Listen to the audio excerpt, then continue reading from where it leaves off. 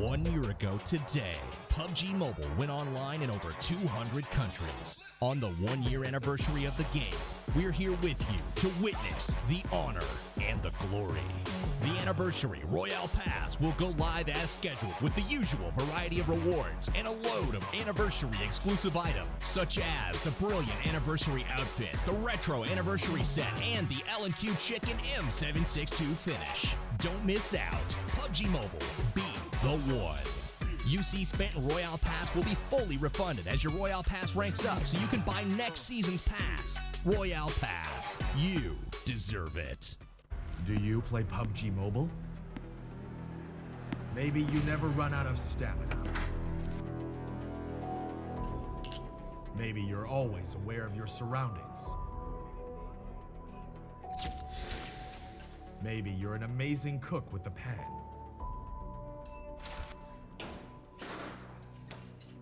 Maybe you're a great driver. But as soon as you hear the sound of an airplane,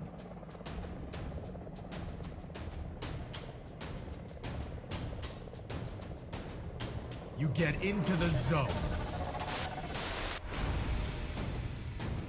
In PUBG Mobile, you all come from different walks in life.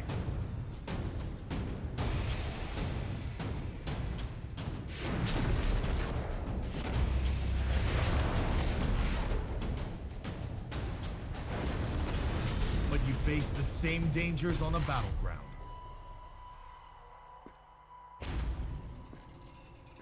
And you become friends. You work together to overcome the obstacles. This is PUBG Mobile. There's a number one in all of us. Welcome to the PUBG Mobile first anniversary party.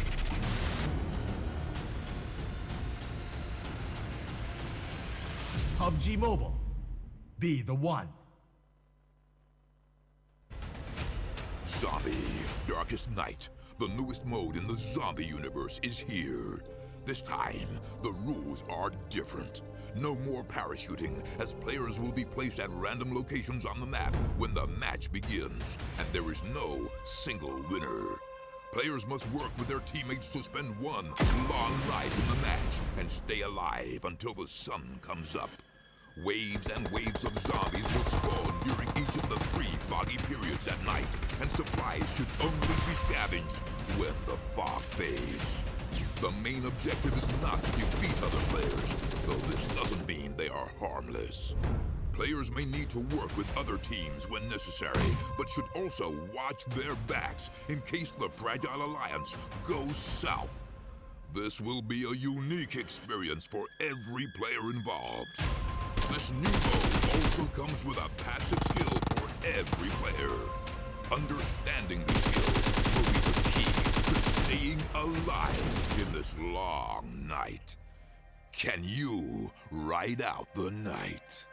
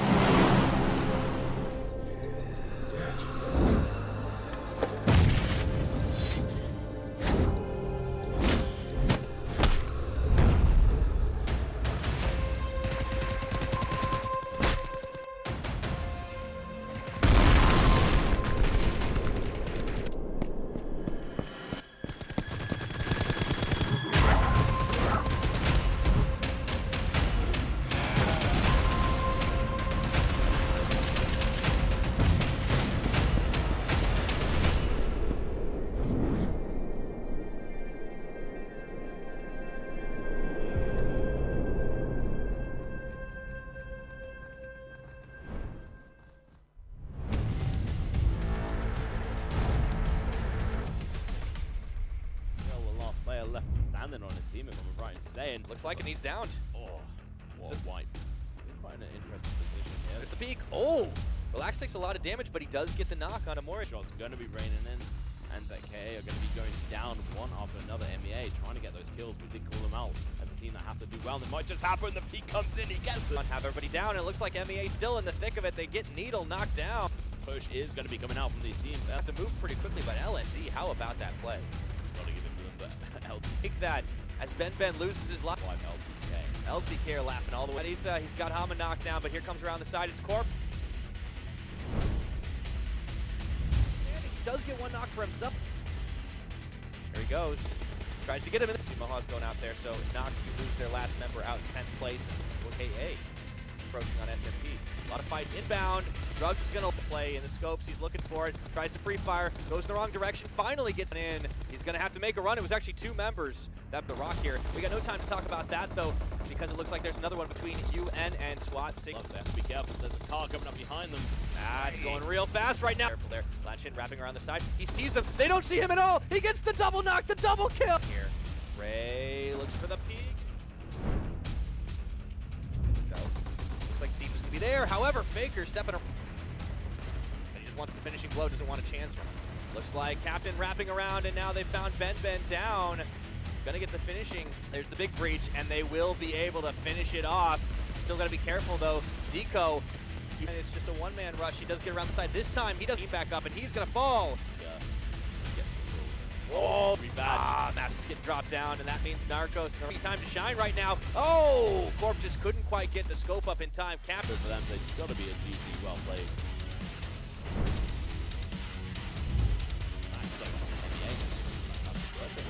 Does get one. Nice tap. Oh, big spray down onto Thanos. Yeah. Good idea. Oh. 963. Oh, man, they're going far up off the map. We've got liftoff, ladies and gentlemen. This is going to be rough, and I think this is where the story for 965 finished. That's not a total loss right now. Expect that shot. Jaswar is going to be able to get the outplay on him. Finding the UN members, they've been hunting for them for a long time. That will be one finishing HP. Right, he's going to get knocked. Yeah, and he gets taken out. Move out into the open. Really no spots for anyone to be available in. And Lashin goes for the run, but he gets...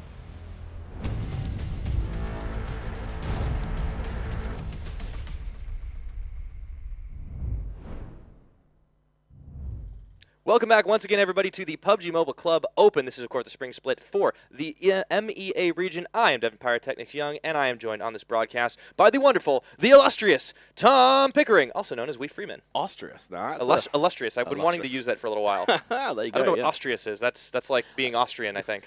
That's why I brought it up. I was like, hang on a minute, it's a little bit weird. Is it being like Austrialized? Yeah, I was going to say, I'm pretty sure you're British, so I didn't want to get the wrong nationality there for sure. But we have had some incredible performances over the last couple of days, and finally we're going to get to see some cross-group stuff. Teams that have already played, have already started their stuff, they will be getting a chance to flex on one another here today. Yeah, so we're going to be seeing we're going to be seeing Group A and Group C. Yesterday we had a Group C and D going against it, and the day before, on the first day, we had a Group A and B.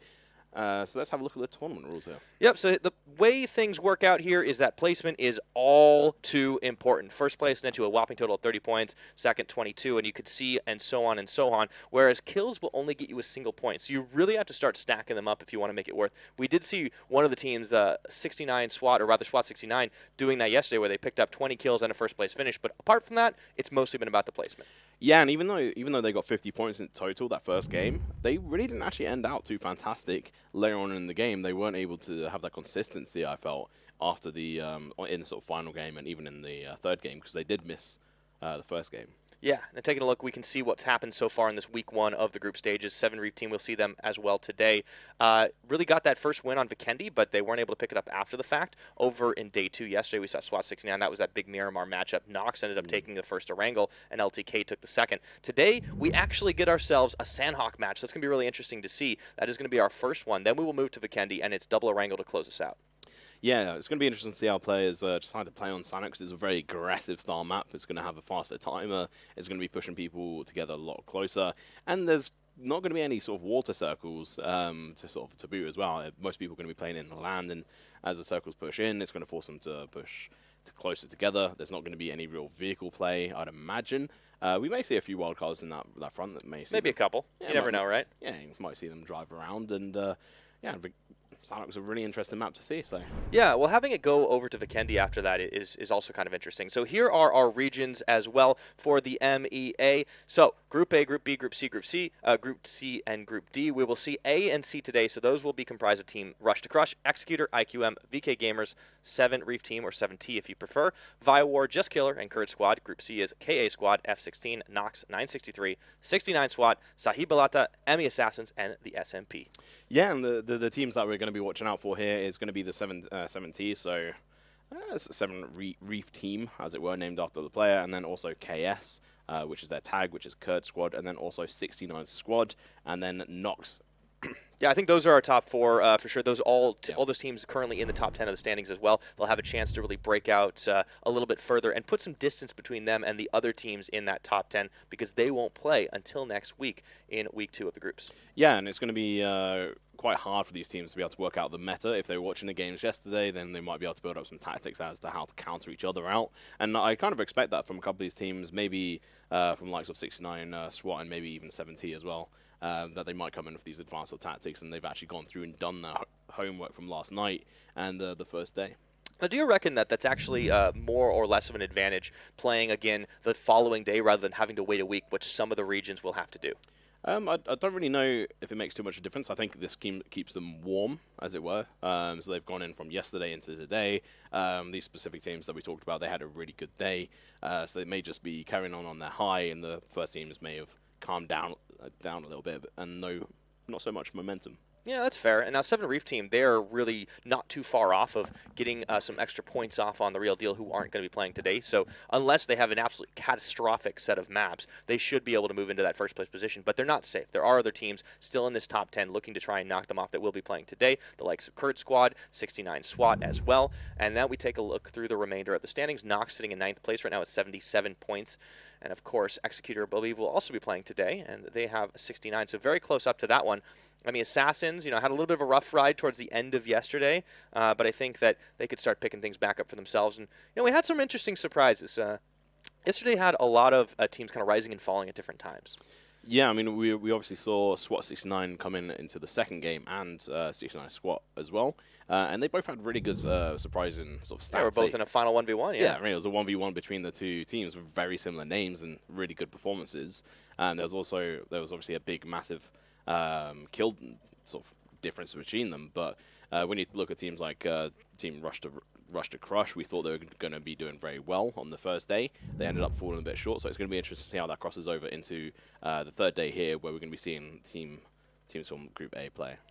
Yeah, and also another team that I think was down there joining them, SMP. They actually had kind of a lot of good positional games, but not a lot of kills, so they actually did fall a little bit by the wayside. Here you see the bottom of the standings as well. Some of these teams actually didn't end up loading into any of the games, so have been unable to pick up any points so far. Yeah. It's always a bit of a rough start, so unless they've really already thrown in the towel, they're going to have to make up for a lot of lost time.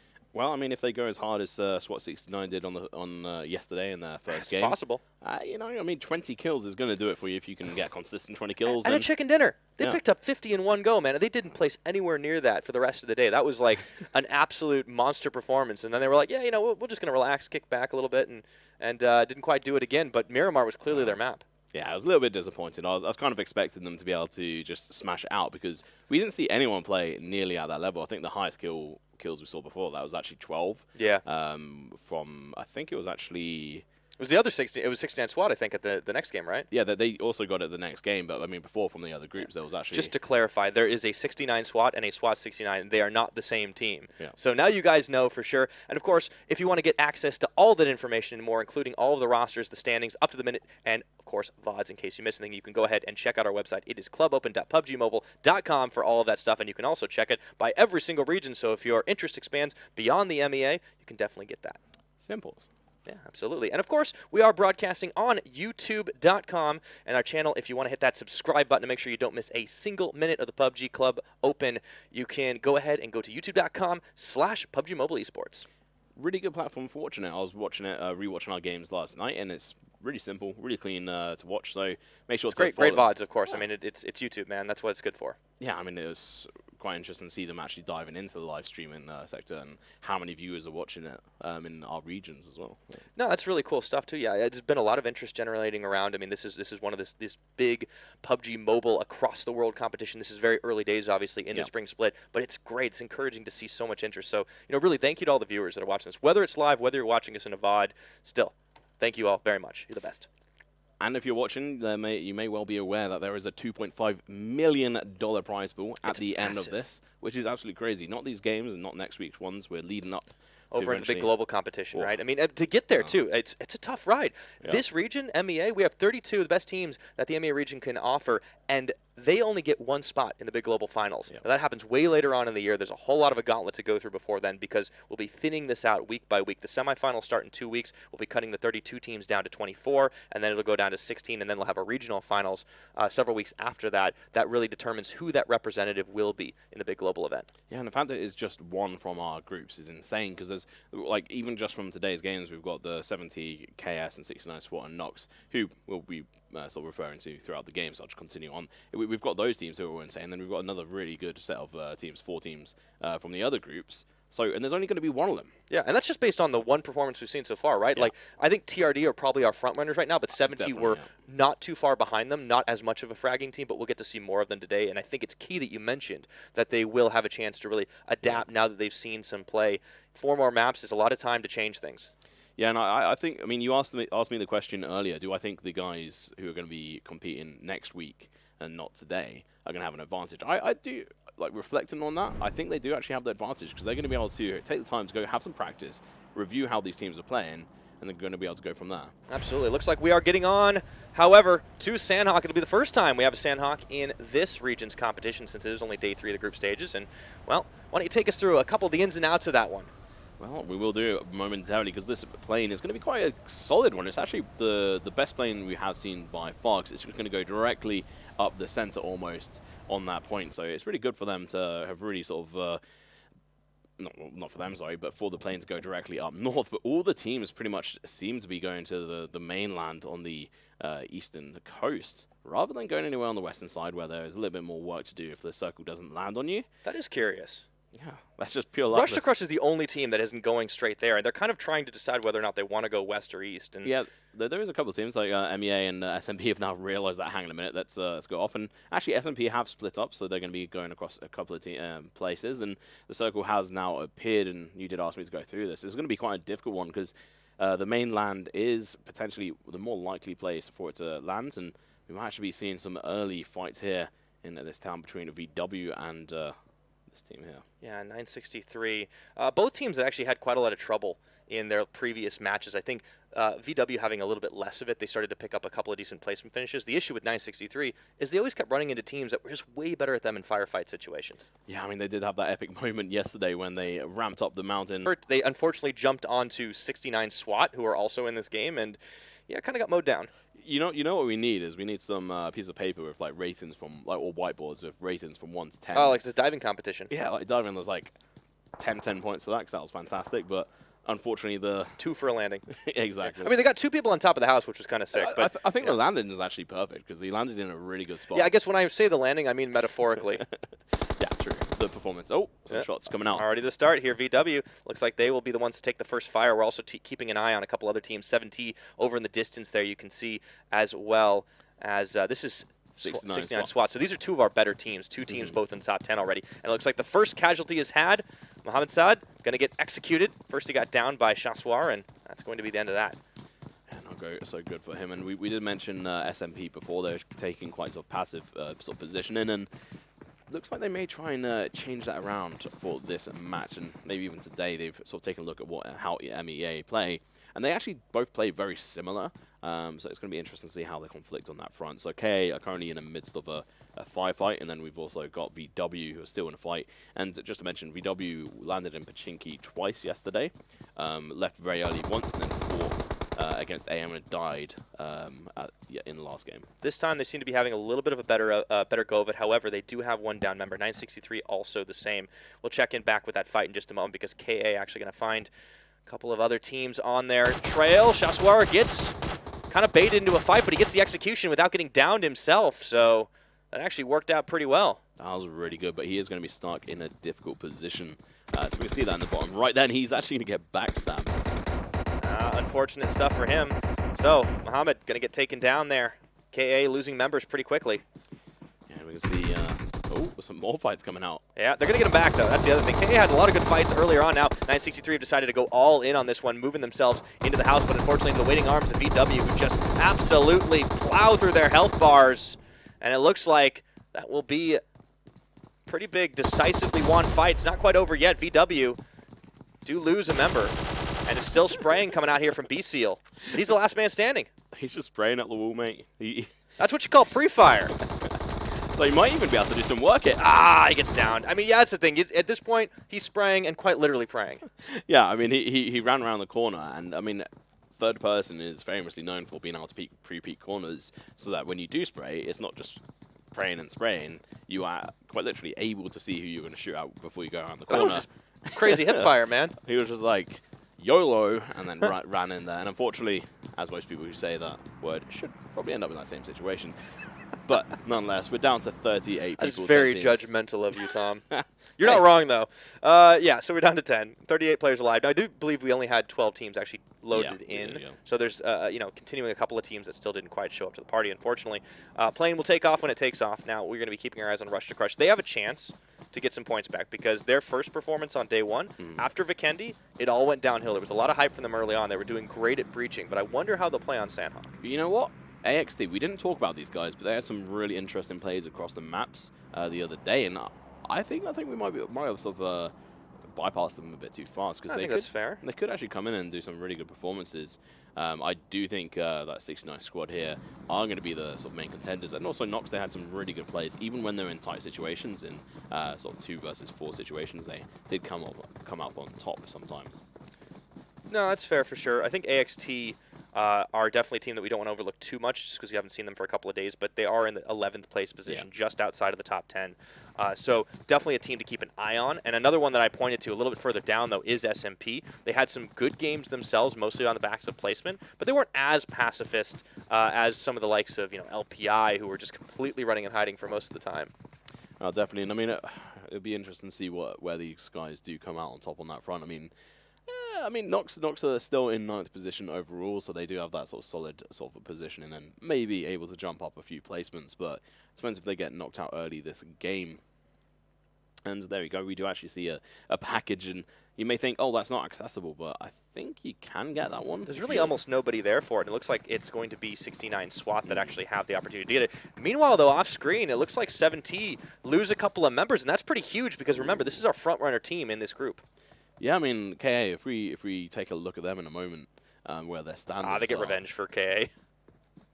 2 knocks. We will take a look, though, at where KA are. I believe they're in 12th place. So, again, another team not really to sleep on at the moment. And they are certainly engaged in this fight right now. The issue is they do have to chuck down a couple of smokes to make sure they can get their reses off. And, well, 7T not entirely keen to move out because they have already lost 1 member, and they have 1 knock, so trying to get the res up. What was quite good about that situation for them is that they didn't have their backs against the blue. They were actually on the positive side, so they had a little bit more time. Very central circle. Yeah, and they could also sort of res their teammates, and then when they get pushed, they're going to have the advantage here because it's going to be very hard for KA to be able to get out of that situation without being seen or shot, as long as 70 sort of reposition slightly so they can hold them out. So all these teams still jockeying for good position right now. 10 still alive. Going to be keeping an eye on Chassoir. Had that first shot. Ooh, he's caught Reef in his sights, but he's spraying pretty heavily, and Reef is doing a lot of stutter step. Unfortunately, not enough for him to avoid damage completely. Control getting knocked down. And 17 might go out of this one pretty early. Yeah, that was a really good positioning from KA there. Now they're going to be going in for the aggressive push against 17. Last goes in a little bit too early there. Fazaz able to mow him down. Here we go, though. Mohamed around the side looking for it to jump, but backing away. And he's got the knockdown, so there's still some fight in Reef team. It's actually going to be a 1v1 if I'm right in saying, or looks like 1v2. It's okay, going to be spread out quite a bit here, so it actually might give 70 a chance of survival here. Okay. Haji going to go for a run, try and get his teammate up. However, the execution will get finished, and Haji going forward ends up losing his life, so that's going to be the end of it for KA squad. Well, there is actually one more player, but Chassoir's still up. Seems to be going for a run here. And he's out of there. It seems like 70 are also going to run. So what was happening there is that one of the down players was pushing forward and being able to get the spot on a couple of players. So he was trying to feed that information back, and 70 actually took knowledge of this and were able to take purchase on the shots instead of getting down. Yeah, acting on the knowledge you have, and it's always working out well for them in this particular case. So 70 winning the fight, not quite getting the wipe on to KA squad, but they will be forced to play only for positioning at the end of the day. We will keep an eye here on 69 SWAT, who you do see another team kind of creeping up on him right now. So we're interesting to see what. Inside the house. They're right next to each other. Oh my goodness, he wasn't even actually shooting at him right now. He doesn't realize. He's right next to him. Didn't even happen. And there's a third team. AXT's involved in this as well. Lashin is just AFK right behind him. Oh boy, didn't move a muscle. There you go. Nade's coming through. Actually going to chuck one out himself. That's a smoke. Yeah. Just get the cover for his team. Or rather, for the enemy team, it seems. Yeah, I'm not quite sure what he was doing with that smoke, but Lashin is actually AFK, and he's one of the best players for 69 squad. Yeah, that's a little bit unfortunate there. Oh, a little bit stutter stepping. Mustafa is actually going to get knocked down here. And he just goes right in, goes for the breach, and gets another knock onto Mustafa this time around. They may end up dying just due to that AFK player. This is pretty crazy. And I believe this is actually Nox that's going in here. Oh, soon. Starts it off, and it's just an all-out firefight inside this house. But he cannot compete with the sheer numbers he's dealing with. They just completely take this house away. What is happening with Lashin? Maybe he crashed or something. Yeah, 69 SWAT had a real rough fight there. Yeah, I mean, oh, you know what? So they were in these buildings for quite a long time, so I think Lashin has crashed or he's AFK. He must be. He hasn't moved. Maybe his mum called him and he had to go do something. So you never know. You hate to see it, man. Unfortunately, it looks like 69 SWAT there. They're not eliminated yet. I mean, if he just even though he's AFK, if he just stands there for a long time and the circle actually favors him, they might still manage to get a decent positioning. But man, you just hate to see it, especially from one of our better teams. Yeah, I mean, this really could set them for a really bad path down to the bottom of the leaderboard if they don't sort of connect in next game. If they have to come in with only 3 players, it'd really not be a good one. We do have MEA here, and we haven't talked too much about these guys. They did have some decent sort of positioning. Oh, yep, he's found. What's he gonna do? Just lines it up, waiting for it. Are they gonna go for the gentleman's thing and just not actually take him out? They're gonna punch him to death. Oh, okay, well, that just feels bad. Oh, Move the camera away. It's like that Simpsons meme. Stop, he's already dead. What is this? Fortnite? Oh, brilliant. They're just dancing away at this one. Poor Lashin. Wow, and they're even emoting. That is fantastic. Brilliant to see sometimes. That's going to make the highlight reel. You know that, right? You have to appreciate the meme and the emotes and the BM that's coming out from there. That is definitely a bit of BM. All right, so here's our mini-map right now as it's closing in. The circle continues to be pretty central. It looks like it will center on boot camp, where AXT actually are. So that's really going to favor this team. MEA are just on the borders of it, and we wanted to talk about MEA, I remember. Yeah, so they had some decent sort of positioning, some shots and good tactics on Vikendi, if I'm right in saying, and also a little bit on Miramar, but then they just died out, and that was pretty much it. Erangel didn't seem to be their map for sure. After Miramar, which was still not a great map for them, they actually just ended up dropping off the surface of the map. They just didn't do anything. On the military circle, which was the first Erangel game, they died to the blue. They didn't take a single point of damage, I don't think, from a player. No, because they were so far out to the west and they didn't have a vehicle, so by the time they started moving, it was already too late, and that is just horrendous. So this time, even with 3 players, they've been carefully avoiding a lot of casualties, a lot of chances to really get involved in firefights. They've been playing the positional game, and they've done it well because they found themselves relatively isolated. We're going to check back in with some of our other front runners, though, because 7T, after surviving the big fight with KA, still have 3 members strong. They've gotten them all back up on their feet, and they have been making a run for it. VW also survived their very early firefight and have gotten into the top 10 of teams. Yeah, so they took out 963, if I'm right in saying. And also, just to mention, to sort of reflect back on what happened, obviously, we've only got 9 teams down, and 69 squad go out in 10th position. So we did talk about how that's going to affect them, and it's really not going to be pretty going forward, as they definitely need to try and do that. But they did skip first game last time, so... Yeah, I mean, it's better than that, I suppose. You still technically get some positioning points at that point, and checking in with a couple of other teams. This is SB. Yeah, they were the guys who took out... 69 SWAT, yeah. Still 3 members strong for them. So 70 and VW are actually going to be quite close to each other. And this circle is going to be pushing them quite close to boot camp, which is a very dangerous area, and also onto the hillside, which I do expect it to sort of really land on, as that's one of the sort of preferred areas of the circle on Sanhok in this sort of circle. Better. Oh, found an opening there. You got to be careful. Don't step into your teammates' sights. VW starting to take a few pot shots at 7T, but none of them find purchase. Yeah, it's a bit unfortunate, but, well, fortunate, I guess, for 7T. They've not really had a good start of the game, but they have somehow managed to get 3 players all into the circle here. They were down to 1 person, and they managed to recover from it, so I'm very happy from that side. It looks like the fight is starting. Sigmund's going to be the first one to get dropped down. Control just had a better shot on him. Good angle at the distance. The smoke gets thrown down, and Reef goes for a run into cover. I read that. I read that as, like, Smeg. Yeah, I've seen some interesting acronyms too. You know, it's kind of like that. Actually, really reminded me of this German train service I took once, It's way out in like western, like super far, like southwest. Yeah. It's SWEG, swag. All right. And I'm like, that just sounds like something like 16-year-olds say to each other at the gym. Swag. Yeah, exactly. That's exactly how I imagine it. But it's something like Southwestern Euro train service or something. I don't know. Fair enough. Some acronyms are just Yeah, interesting. it's also probably in German, so I was just like, okay, whatever. Yeah. But that's what I thought his name was. And like just to reflect, like Smeg is actually like a fridge brand as well. Just Oh to, like, yeah, reflect. no, I've Like, actually seen those. Right. I wonder if he's sponsored. Oh, it looks like Meta's going to get dropped down into the blue, though. Back to the fight. Fazaz is going to be able to have his pick of the litter. And this is the problem. They didn't quite play up against the right angle on the blue. And you can see that new circle has formed, still taking up most of boot camp. So AXT are the only team in 100% safe position, minus one other squad that you can see coming up into boot camp through the Look at VW, road. though. They've just been They're in screwed trouble. over. 7-tier, like, we were messed about by Fazaz was waiting. And he gets the finisher, 2K That was- onto VW. They go out 9th. That was really good. I have to give props to FT. I think KA really really messed with them there, and they decided to get their own back and actually come with this with a little bit more of an aggressive style and get these frags, which is great to see. And talking about aggression, we're actually seeing the team that's quite known by us for not being that aggressive and quite passive play styles. Yeah, SMP for sure.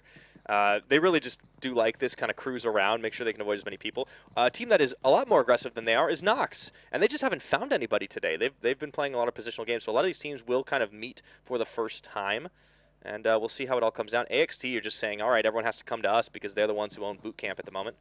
Yeah, and I mean, what's quite interesting with this circle, it should really land on the hillside right next to boot camp. And there is a crate up there as well, so it'll be interesting to see what is in that. But in the meantime, the circle's still going to be closing and people are going to have to move in every so often.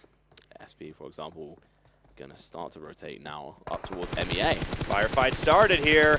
SB caught in the crosshairs of Falastine, who has been the hero when MEA have been playing pretty well right now. We'll see if he can do a little bit more. I do have a knockdown onto Ori. And they tried to take cover inside the hut with 1 point man. SB do seem to be a bit outgunned here. Here's Azriel around the side of the tree. Not sure if MEA see him.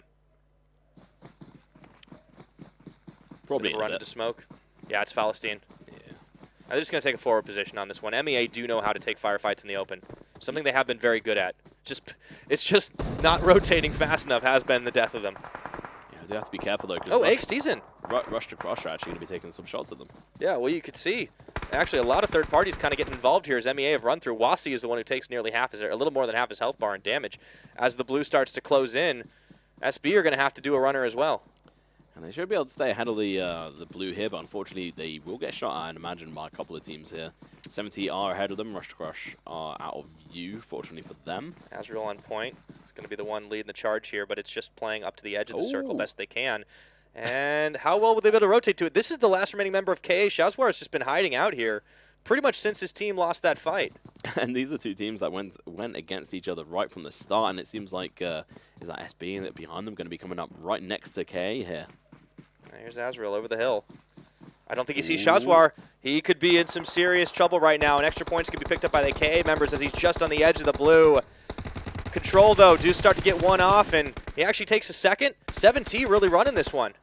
This is really good for them, and KA playing very smart here. If he was really clever, he would actually wait until they go to loot, chuck a couple of grenades in, and be done with them. They get everything, though. 7T just completely cleaning up right now. So we're down to 7 teams alive. KA still one of them, is Shazwar doing a great job of just utilizing the edge of this cover. Look at his backpack is in the blue. Yeah, his back foot almost in as well. I think, yeah, so he's got the QBZ there for him to be able to try and take some shots, and 70 right next to him, but he's laying in that bush. He's a little bush Wookie. He's going to have to move as soon as the circle starts closing again. Yeah. And he's just taking as much time as he can. 17 have started to move, and he's going to go break cover, move out of way. Meanwhile, off-screen, Wasi does get one team member down. It looks like Guns is going to get dropped as well, so it's just a fight by multiple teams, and KA is going to be trying to avoid all the casualties. Snap just completely get diminished. That's Nox for you. Yep, Nox, superior villain team. firefighter. Yeah. That's funny because Thanos is on SMP. And they got snapped out. Brilliant. And look at this, like Rush to Crush going to be going up against AXT, and it looks like they are getting demolished. Yeah, Rush to Crush trying to take those fights, but it looks like their Vikendi performance is not to be repeated once again. AXT starting off pretty hot and heavy here. Rush will rotate around the side here at boot camp, but But AXT, they've been living here for a while. They know the ins and outs. They know how to take the fights. Rush is going to get a drop on a Clown.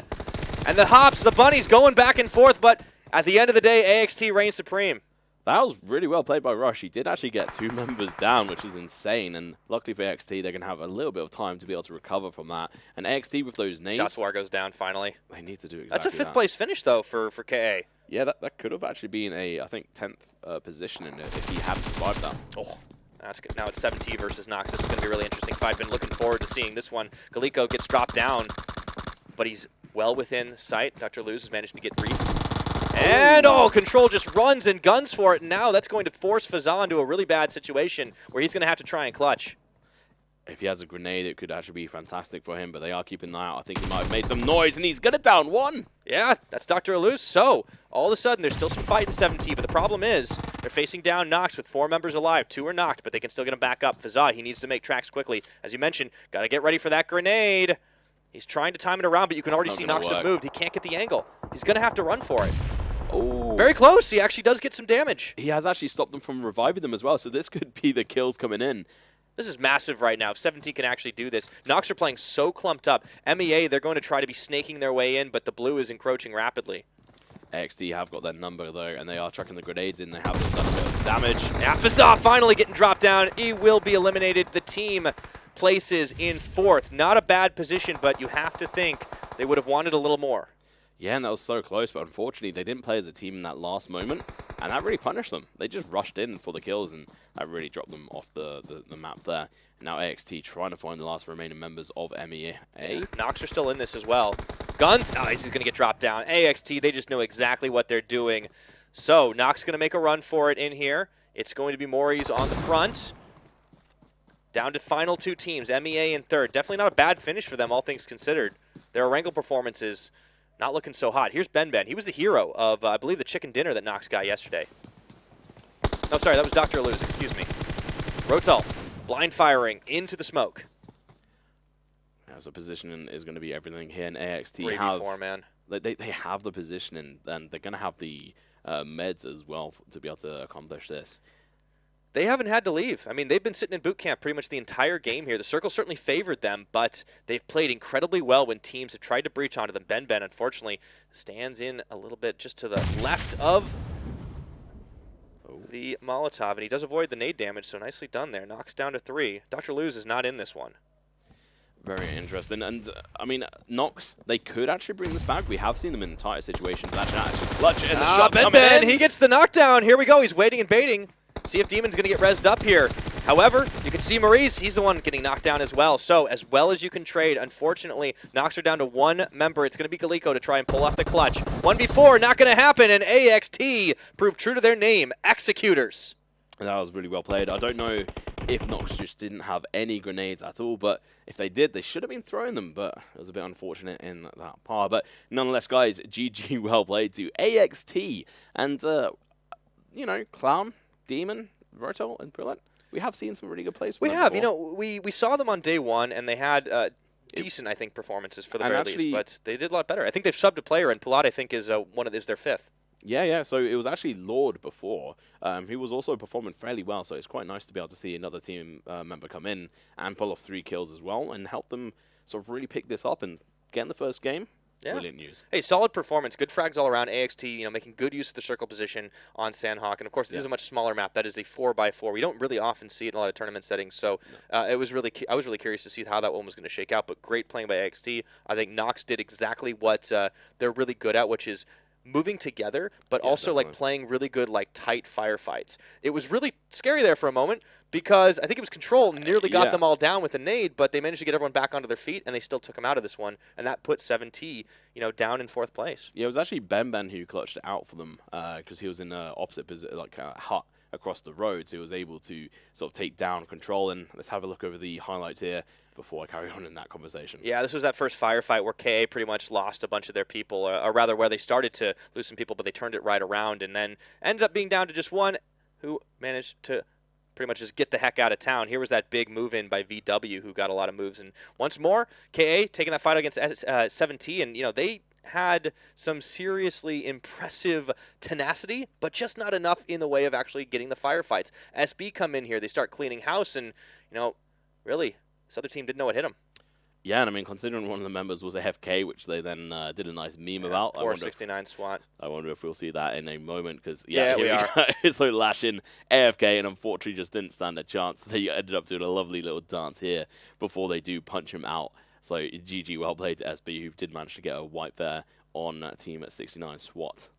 Yep, finally got him out in the end, and unfortunately for 69 SWAT, they go out pretty early here. Meanwhile, 7T, they're not done with this one. They start pinning down VW, who unfortunately backs against the circle, just cannot fight up against this team. There's a reason that 7T are so high up in the top 10. Even if they didn't place the chicken dinner this time around, they still managed to get quite a bit. Yeah, and I think their failure we'll see later on, but that's I want to come back to 70's sort of failure in this game, because I think they could have actually taken the chicken dinner eventually, or at least second place.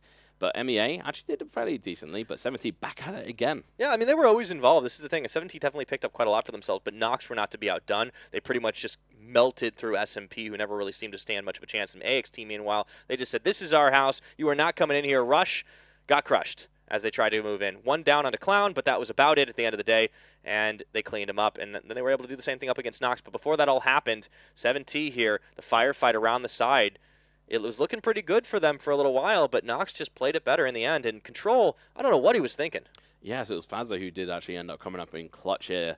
Managed to knock down one of these guys as he tries peeking with a grenade, and then later on he chucks a grenade himself, which does stop them from being able to do too much. Knocks one as he tries to cross, but Ben had that position covered. Really well played, and now right down to the last moment here, AXT taken down to MEA before Nox then cross on over, and it's pretty much going to be all she wrote in a moment. Ben with the M249 using its damage and large ammo capacity to its full use, but unfortunately for them, it just wasn't working for them. AXT had it nailed down. Yeah, it certainly did. So AXT were definitely the best team there, and I think you were right to point out that 7T, while they looked good, they definitely could have been a little bit better. And it's not just because of the placements, because we've seen them do this before. We've seen them play out. It seems like chaotic firefights are not really what they want. They definitely play much more of a positional focus game, but they've been good on defense in the past, and it did seem to throw them through a loop here on Sanhok. Yeah, it really seems like sometimes they lack the IGL sort of control of what they should be doing.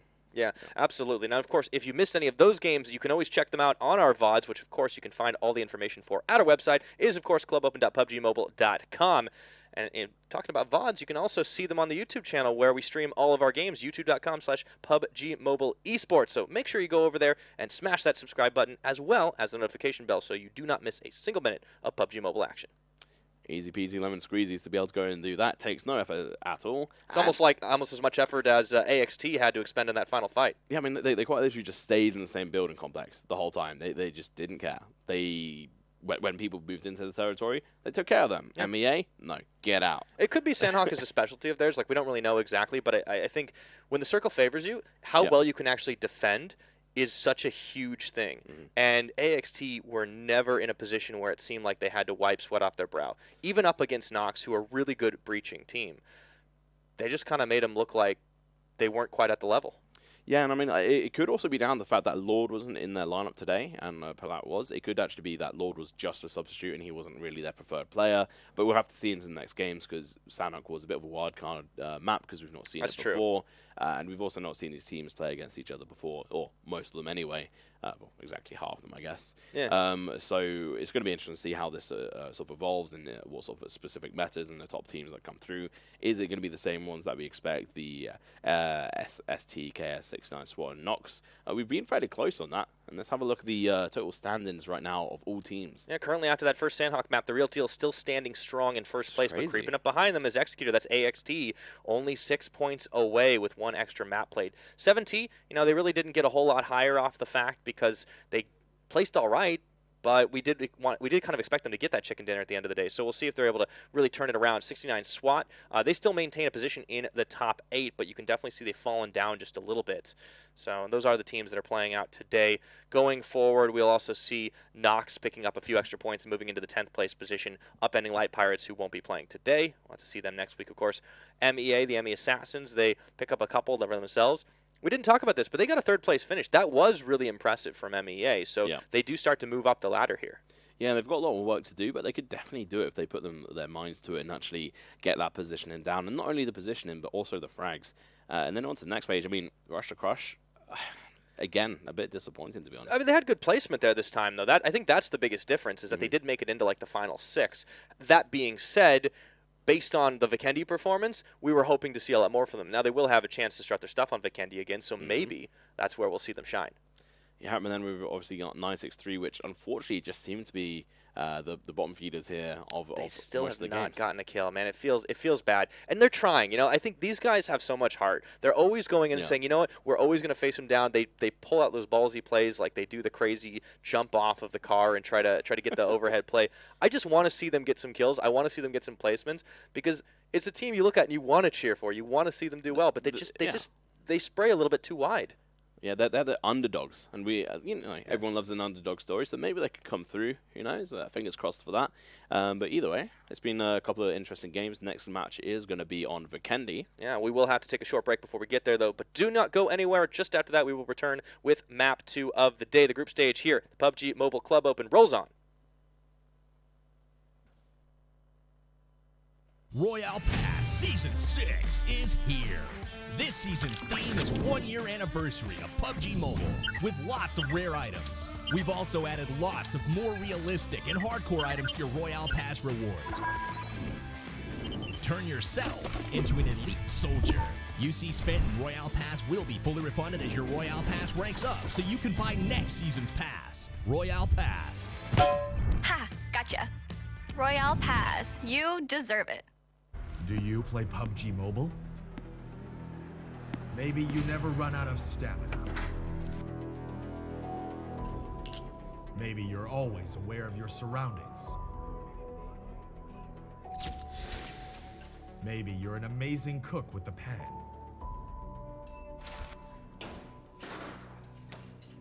Maybe you're a great driver. But as soon as you hear the sound of an airplane,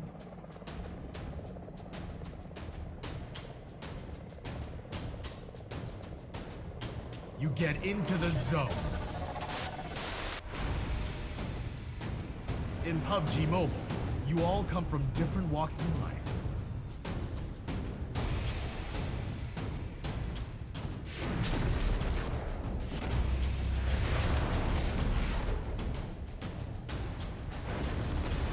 But you face the same dangers on the battleground.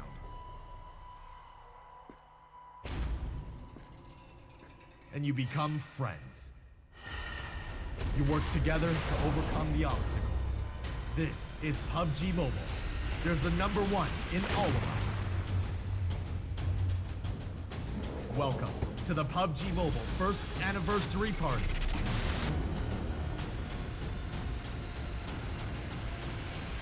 PUBG Mobile. Be the one.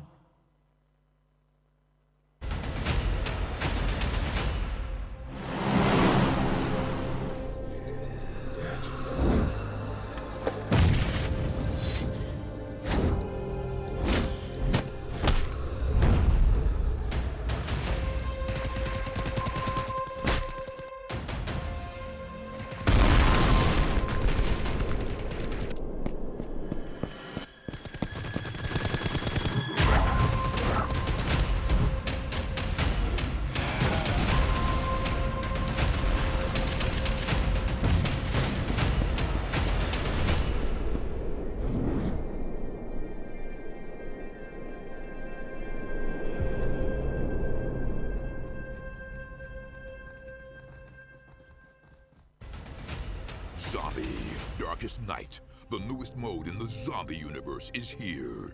This time, the rules are different. No more parachuting, as players will be placed at random locations on the map when the match begins, and there is no single winner. Players must work with their teammates to spend one long night in the match and stay alive until the sun comes up. Waves and waves of zombies will spawn during each of the 3 foggy periods at night, and supplies should only be scavenged when the fog fades. The main objective is not to defeat other players, though this doesn't mean they are harmless. Players may need to work with other teams when necessary, but should also watch their backs in case the Fragile Alliance goes south. This will be a unique experience for every player involved. This new mode also comes with a passive skill for every player. Understanding these skills will be the key to staying alive in this long night. Can you ride out the night? Royale Pass Season 6 is here. This season's theme is 1-year anniversary of PUBG Mobile, with lots of rare items. We've also added lots of more realistic and hardcore items to your Royale Pass rewards. Turn yourself into an elite soldier. UC spent in Royale Pass will be fully refunded as your Royale Pass ranks up, so you can buy next season's pass. Royale Pass. Ha! Gotcha. Royale Pass. You deserve it. Do you play PUBG Mobile? Maybe you never run out of stamina. Maybe you're always aware of your surroundings. Maybe you're an amazing cook with the pan.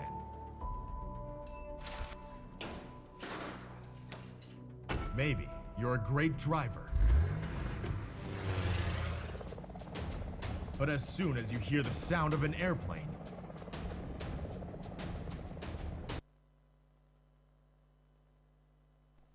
Hello, ladies and gentlemen. Once again, welcome back to the PUBG Mobile Club Open Spring Split. I am still Pyrotechnics, and he is still Tom Pickering, also known as We Free Men. Hey, yeah, that's me. Don't forget my name and Mr. Devon I over certainly here. have it. I certainly, Mr. Devon. No, that's a new one for me. Oh, I mean, I could Mr. say. Devon before. That's interesting. Oh, yeah. Yeah. We'll see. Interesting, interesting. Good stuff. Well, hey, look, we have one map already on Sanhok. It was an interesting result. I think AXD really showed their mettle when they were playing the defensive game, but we are moving on to Vikendi after this. That is going to be a really interesting one for me because I want to see if Rush to Crush's performance was not a fluke.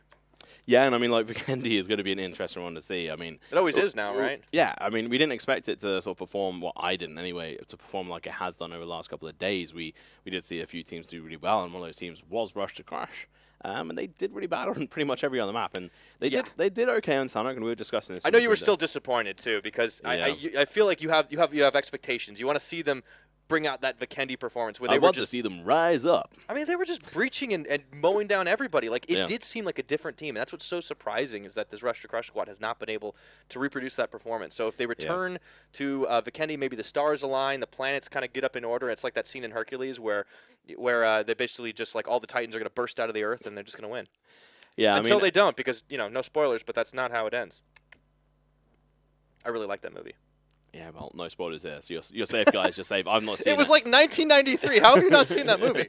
Disney's Hercules? Come on. I was joking. It was Oh, God, thanks, man. You scared me for a second. One of my favorite films. Okay, good. I knew films. you were a man of taste. Yeah. Exactly. You But had me questioning it for a second. yeah, well, you know what? Talking about the standouts, where can we find them, Devin? Of course, you can find all that information, including up-to-the-minute stuff on the rosters and the standings of all of our teams, not just for the MEA region, but for all the regions here at the Club Open at clubopen.pubgmobile.com. And in addition, you can also catch all the action on YouTube. Our YouTube channel, of course, is youtube.com/PUBGMobileEsports. So don't forget to smash that subscribe button.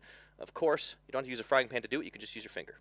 Or chicken gun. And you forgot one thing. Ding dong that notification bell. So you don't miss a single minute of the action. We're getting really good at that, man. I like that back and forth. Yeah, no, you got to do it. I mean, Good. hey. There's some energy going right now. I can feel the flow. They're getting up there. And hopefully with these teams as well, we mentioned Rush to Crush, but there's got a couple of other ones as well.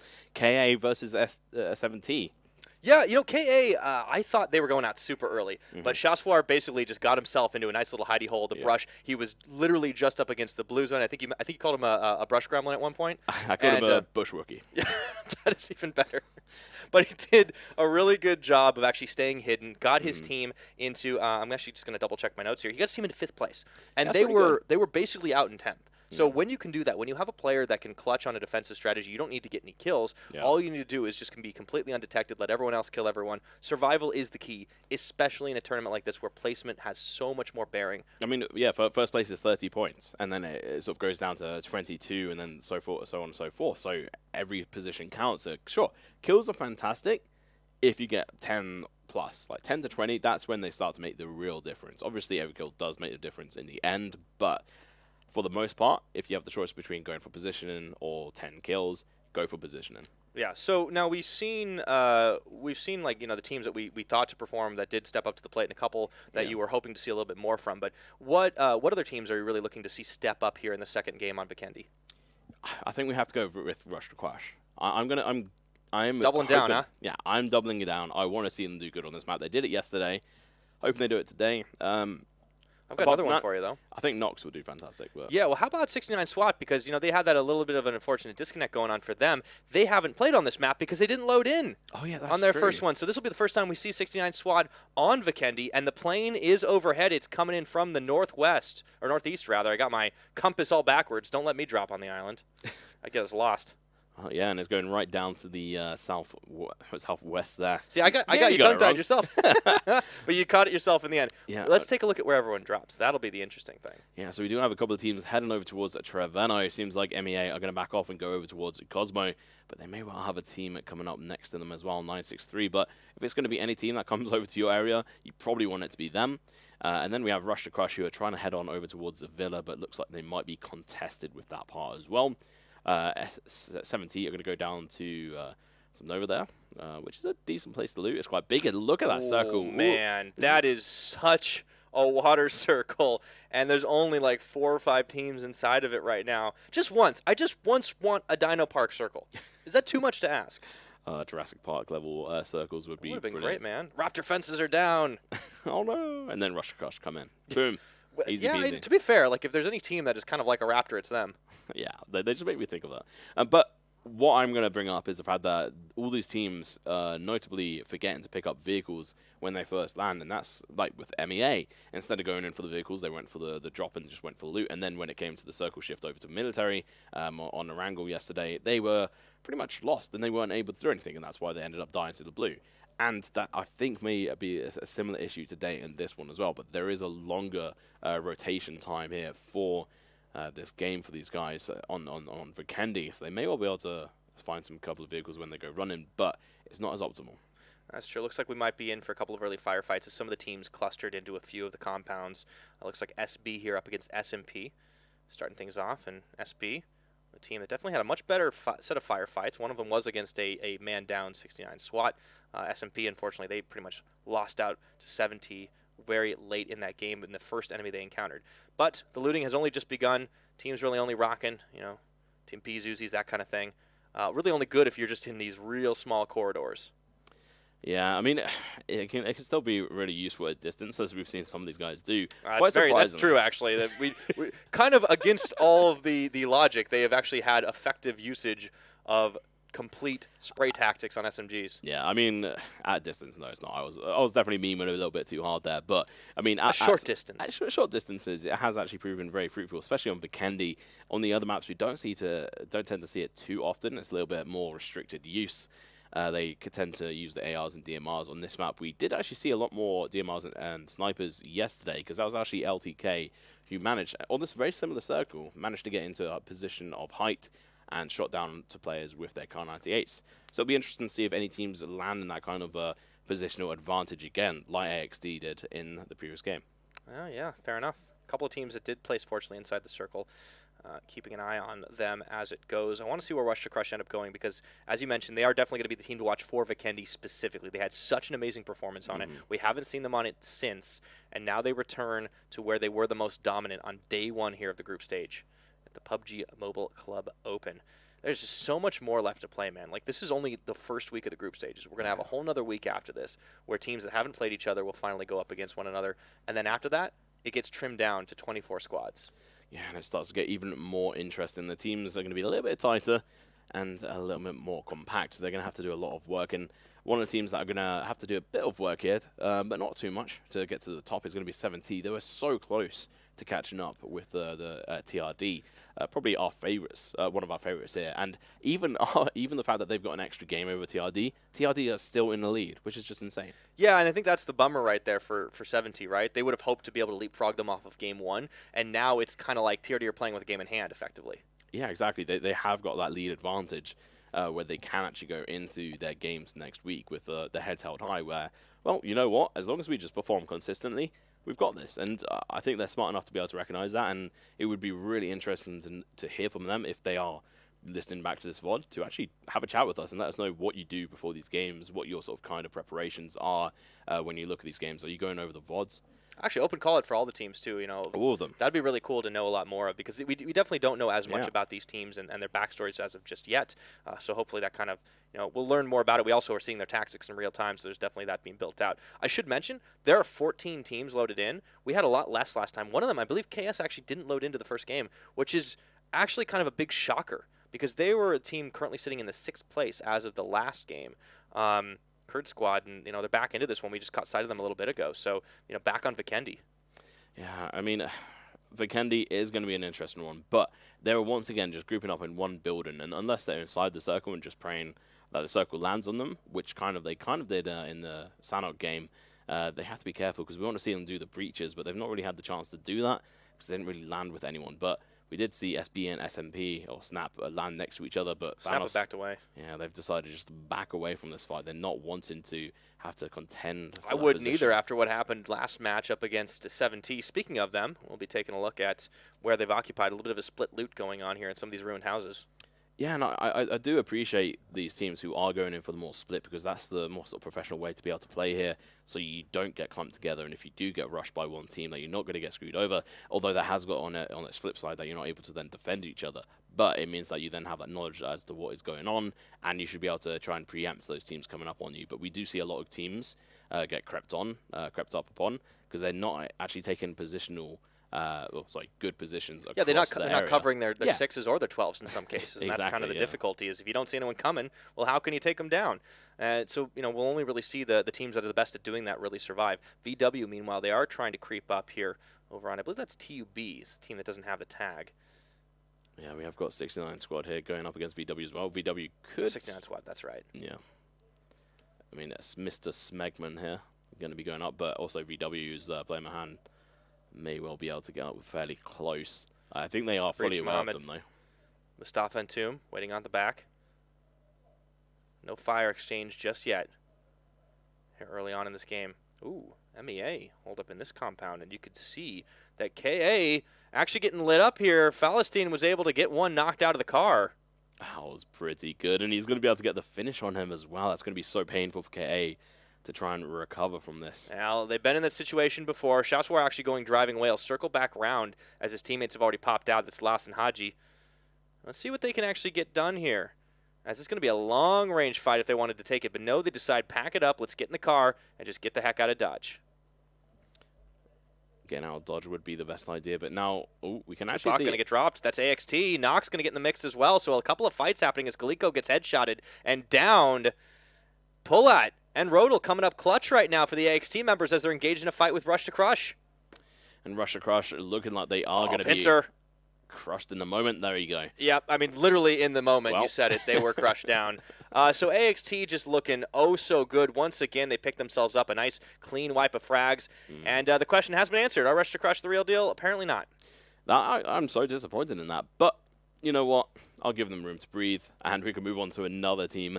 One of the teams that's still alive right now, 70, are still going to be rotating along with most of the other teams as well, because still, I think, not even the majority of teams are inside the circle. No, everyone's going to be running for it right now. You can see S&P are actually quite far away, as well as 7T, who are way down there by Hot Springs right now. They're going to have to be going all the way up that road. But teams like KA, MEA, AXT, they're all in a great spot for themselves. I wonder if we get another Cosmo finish, because we had one of those, I believe, yesterday. Yeah, well, it was actually right next to Cosmo, because we wanted it to be in Cosmo, but it actually landed on the frozen river. Oh, that's right. It was just over there. And that was where we had that big drop-down positioning play, right? Yeah, we had LTK at the top with the Kar-98s and the rifles taking shots, and it's actually going to be 69 squad almost getting run over there by VW. And VW were looking for them for quite a long time, but it seems like neither one of the teams were able to find each other. And VW making the mistake, in my opinion, of driving in one car. I prefer to just use 2 people and then run with 2 others so you don't get blown up and lose placement. Yeah, it does seem like some of these teams, their strategy is a little bit rougher around the edges, especially the likes of VW that we've seen be okay at firefights, not like anything to write home about. But they're holding their own against some of the weaker teams. The problem is every time they get into one of those situations where there's a superior opponent across them, rather than take the fight, they run away in those groups, and that puts them at that disadvantage where they can't just get blown to high heavens in a single vehicle. They will back out, though, into a safe position. Yeah, I mean, they're going to be right next to SB, but to be honest, I don't think they're really too much of a danger to VW. I think VW have actually won more firefights than SB have, potentially. But SB have actually heard their vehicle, and they're going to be going in for the peak here from behind these barrels. Mr. Adair Malka, should be able to get a spot on them. And I do actually appreciate SB's sort of position in here. They've got it spread out, and now VW are looking to push up. Yeah, the question is, do they know where the remaining members of SB are? And scoped up, he's going to wait on the shots, take the third one, and he does manage to get one knocked, make that two.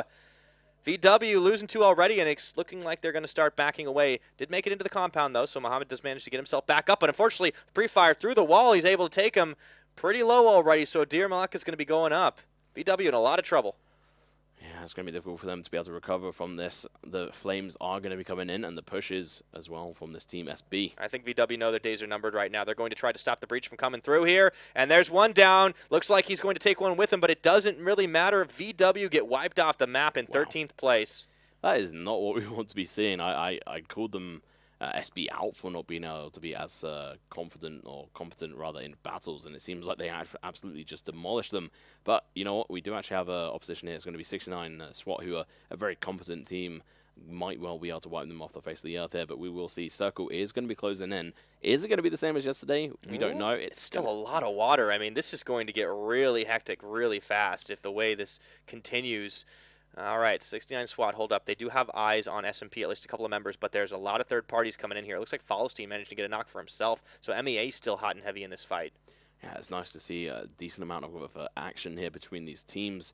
69 SWAT trying to find these shots, but it seems like we're actually going to be switching on over to, is this 963? Yeah, it's Cosmo. Yeah, 963 are, they're doing a little bit better this time because they haven't really encountered anybody. As I say it, there's a down, Hamoud. Down to Falastine, so this is the MEA fight that's going down here on the north side of Cosmo. Yeah, you would hope 963 do a little bit better there, but we'll return to them momentarily. SB pushing up into 69 SWAT. Yeah, they are. But, oh, there we go. We're actually going to be seeing MEA now between these two guys. All right. Oh, he's trying to get the sights on there. Wasi actually gets dropped by S1683. That is actually pretty huge, and Mustafa ends up getting dropped by the play zone. That was outside of that one, though. So 963 having one of their better showings. You know, we talk about them being the underdogs because they just have been able to get almost no frags at all in this entire tournament. But they always choose to take the fight. They always opt into it. And you got to love a team that has that level of tenacity to stay in the thick of it. Yeah, I mean, maybe not the best advised plays, but here we go. There's a breach coming in. That was actually a really good grenade from 963. So it's not quite a breach, but the nade was actually really good. I mean, I thought it was going to be as well. Yeah, I thought they were going to run through it instead. No, you're right. They do have them on low health bars, though. Yeah. Guns and Fallostine's nearly knocked. So if there's ever a time for 963 to start to shine, it could be now. Yeah, I mean, if they were quite clever, well, if they were clever, they would actually start on a rotation on at least one of their players, so they can get that sort of positional sort of advantage when they do get those grenades in, and he can cause a distraction. But we'll see. And the 963 are very much like overeager young puppy in the games. It seems to just you ring the doorbell, they're going to run up. There's just going to be like lots of barking, and well, you see what happens. Yeah, but yeah, not so good a sort of performance so far. But as I say that, they do knock another member, and look, yeah, the this time they're playing in a little bit more like hunting hounds. Let's see if they can get this done onto MEA, who are in a big spot of bother. Mohamed said going up for the knockdown onto Assad here. MEA having some trouble. So Wasi might be able to get him back up off his feet, but he's got to be careful as there comes the breach in here. Wasi finding himself outnumbered. He does manage to get a knockdown, but what a great play by 963. They finally got their kills, their first 4 kills of the whole tournament so far. This is so good. Finally, they're able to get some kills, and it's all 4 members of MEA dominating them, actually, in that performance. I'm really happy with them. Yeah, I mean, this is great right now, and we don't see a ton of Vikendi matches, so if they do have a bit of a specialty here, it's a little bit rough because we won't see as many more of those maps, but still, in this performance right now, that has got to be a big confidence booster after going killless over 2 days of play. Oh, that wasn't actually 963. Ah, wow. Did we just debate ourselves? Yeah, we did. I think it was me. I think I misled us. No, it's all right. No, 963. It's because they're similar color. Yeah, that's the problem. Is they're off to the right. Okay, well, never mind. That story's out the window. Forget the last 5 minutes. You heard nothing. We're so happy for them. Yeah. Well, that explains why they were playing so much better. Yeah. Well, you know what? It's a little bit unfortunate because they may well be going up against 69 SWAT, which they have been wiped by both. Yeah, that's not looking great for them. Lashin's in this one, by the way, so no longer disconnected. The rest of the teams are also coming up hot as well. You can see Nox there on the outside, and the circle continues to stay above the water.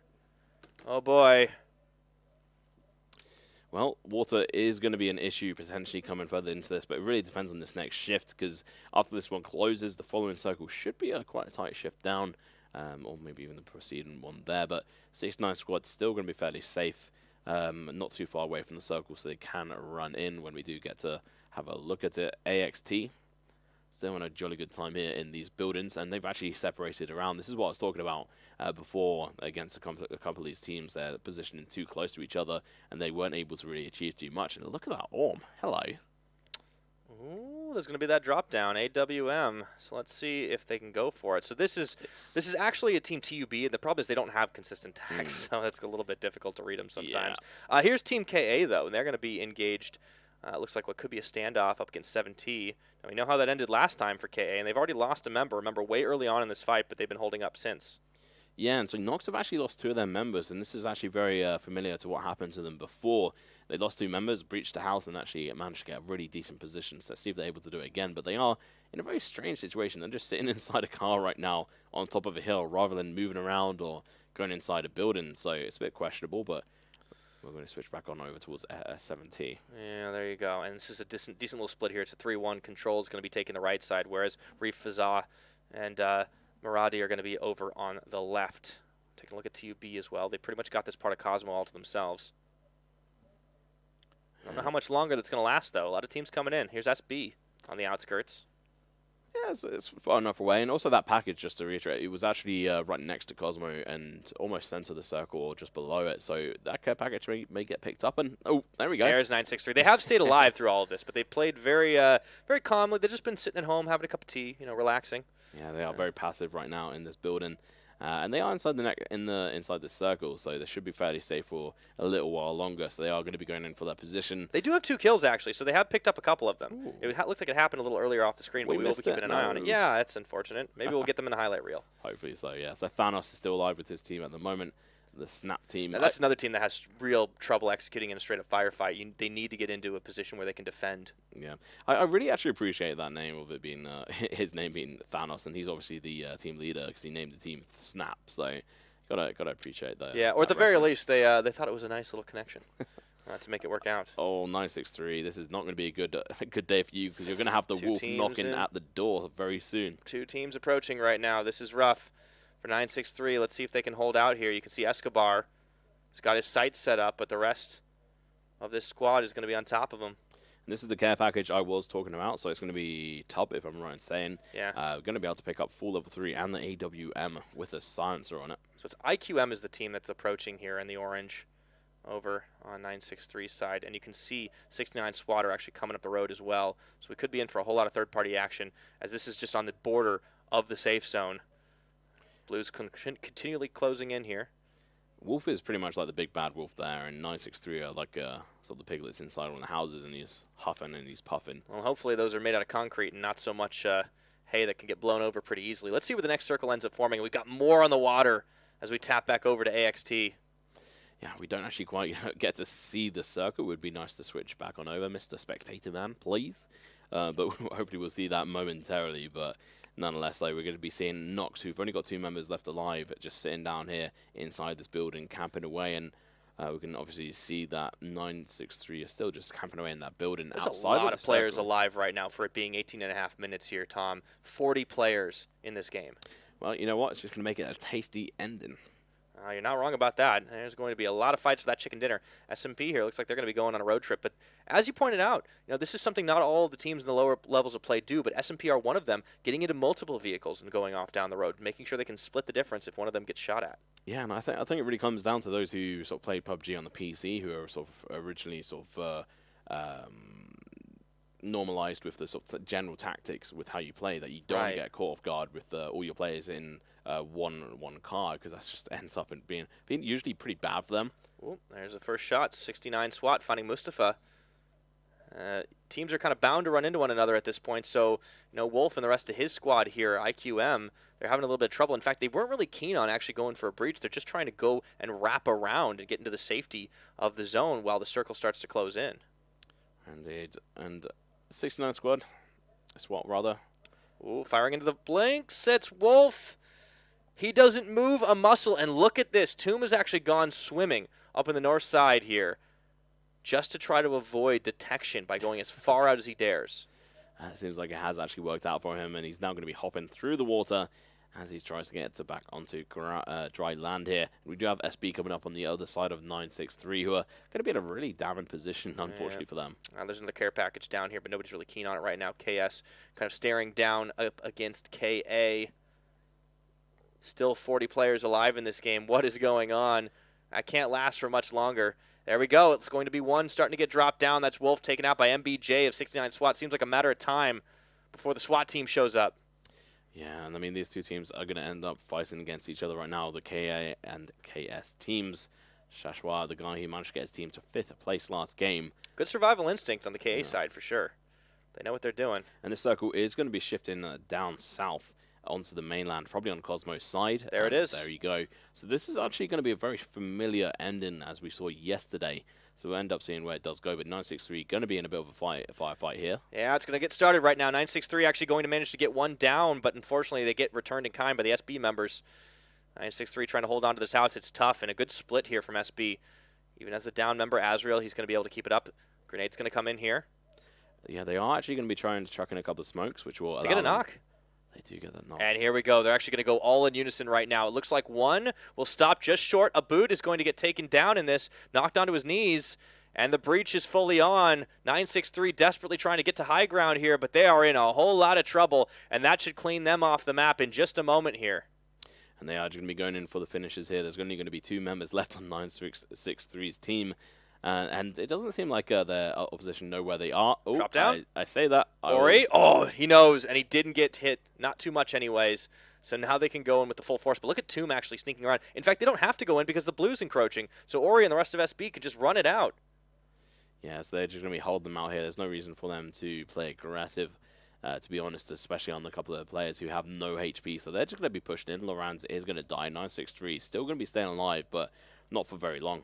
Yeah, he's going to run out, just try and see if he can get another frag or two, but it does look like he is going to go down sooner rather than later.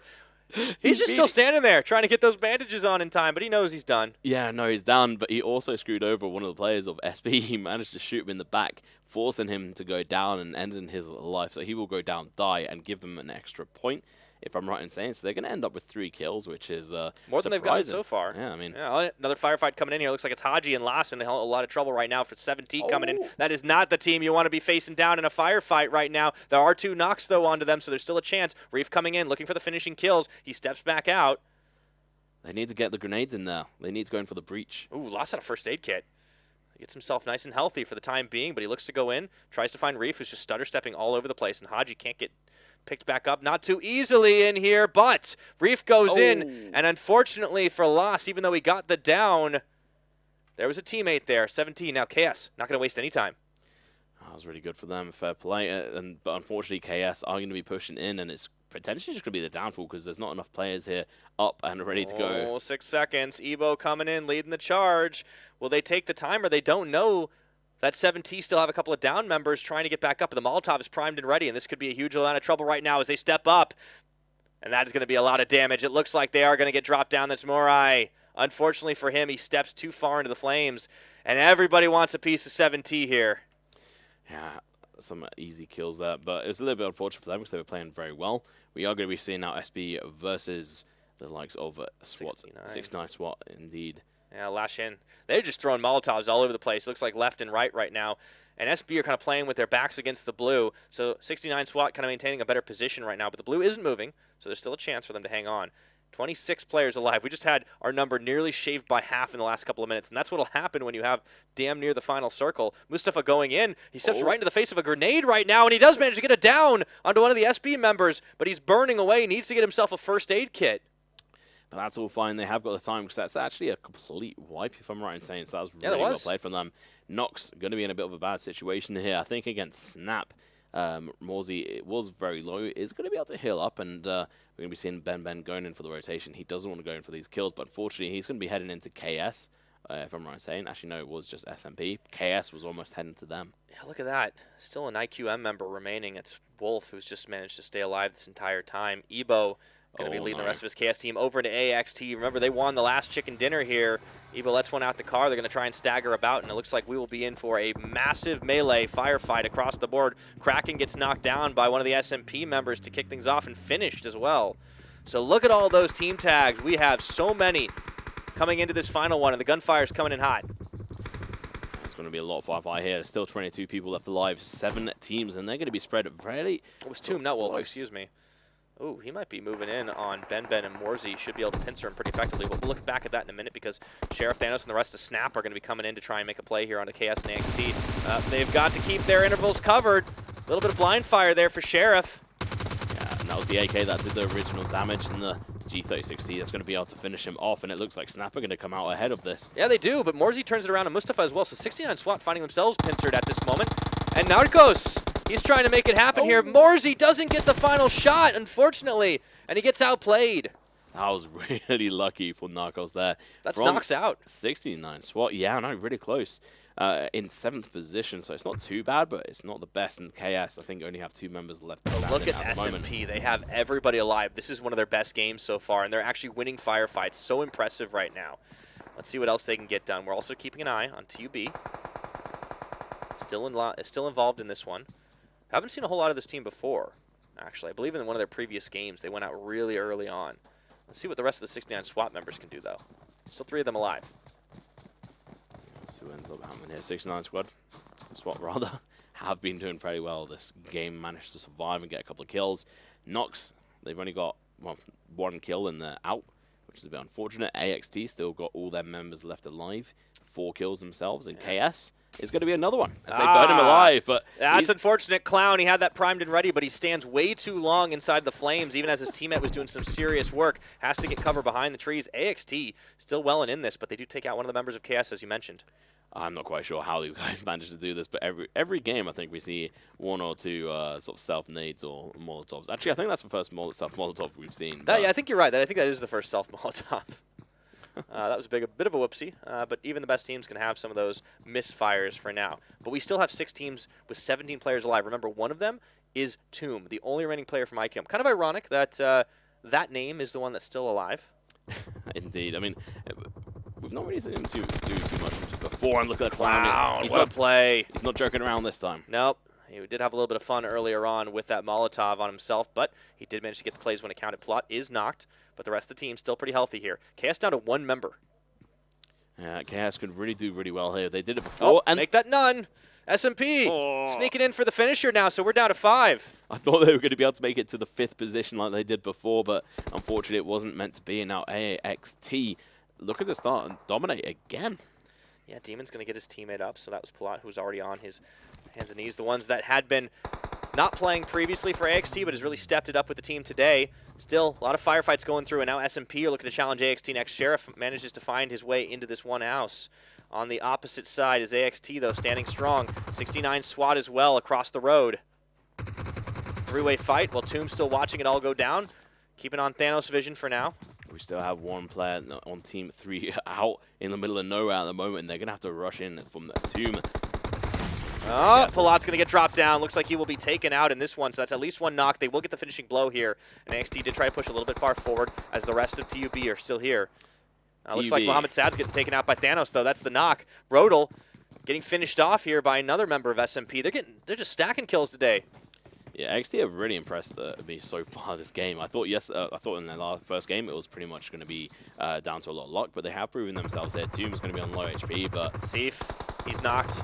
It's one of the TUB members. In fact, he also gets another knock onto one of the SMP members. 2 are already down here. Narcos, he's going to get put onto his hands and knees as well by Clown, and Lashin is going to do the same to him. Now AXT are going to have to take time to recover from this. Snap aren't going to be going in for the push. They're going to have to recover. TUB as well. I probably don't want to play too aggressive, although they do need to get inside the circle, so we may well see them push over to a Snap. 2 members strong. Seif, he gets finished off. That's a start here for TUB. MBJ, he's going to get another knock, though, himself. There's 3 remaining members for TUB, and they might be able to sneak one out here because they're the only ones not really playing on this roadside. But they still have a lot of position to work with, a lot of trees to hide in. This circle has actually been quite friendly to them. Yeah, so we are going to be seeing TUB being able to pick each other up, and they have got the AWM, but it's going to be a little bit close for them to really be doing too much. He does spot out the player. He's just trying to pre-fire onto Seif, but he's not poking. going to be a little bit dangerous going for that front, but they're still on the very edge here, so they need to gain more ground. Man, this is so tense with 5 teams still up in this game, approaching an even smaller circle here. Tomb, unfortunately, it looks like this is going to be the end of him unless he can step further forward.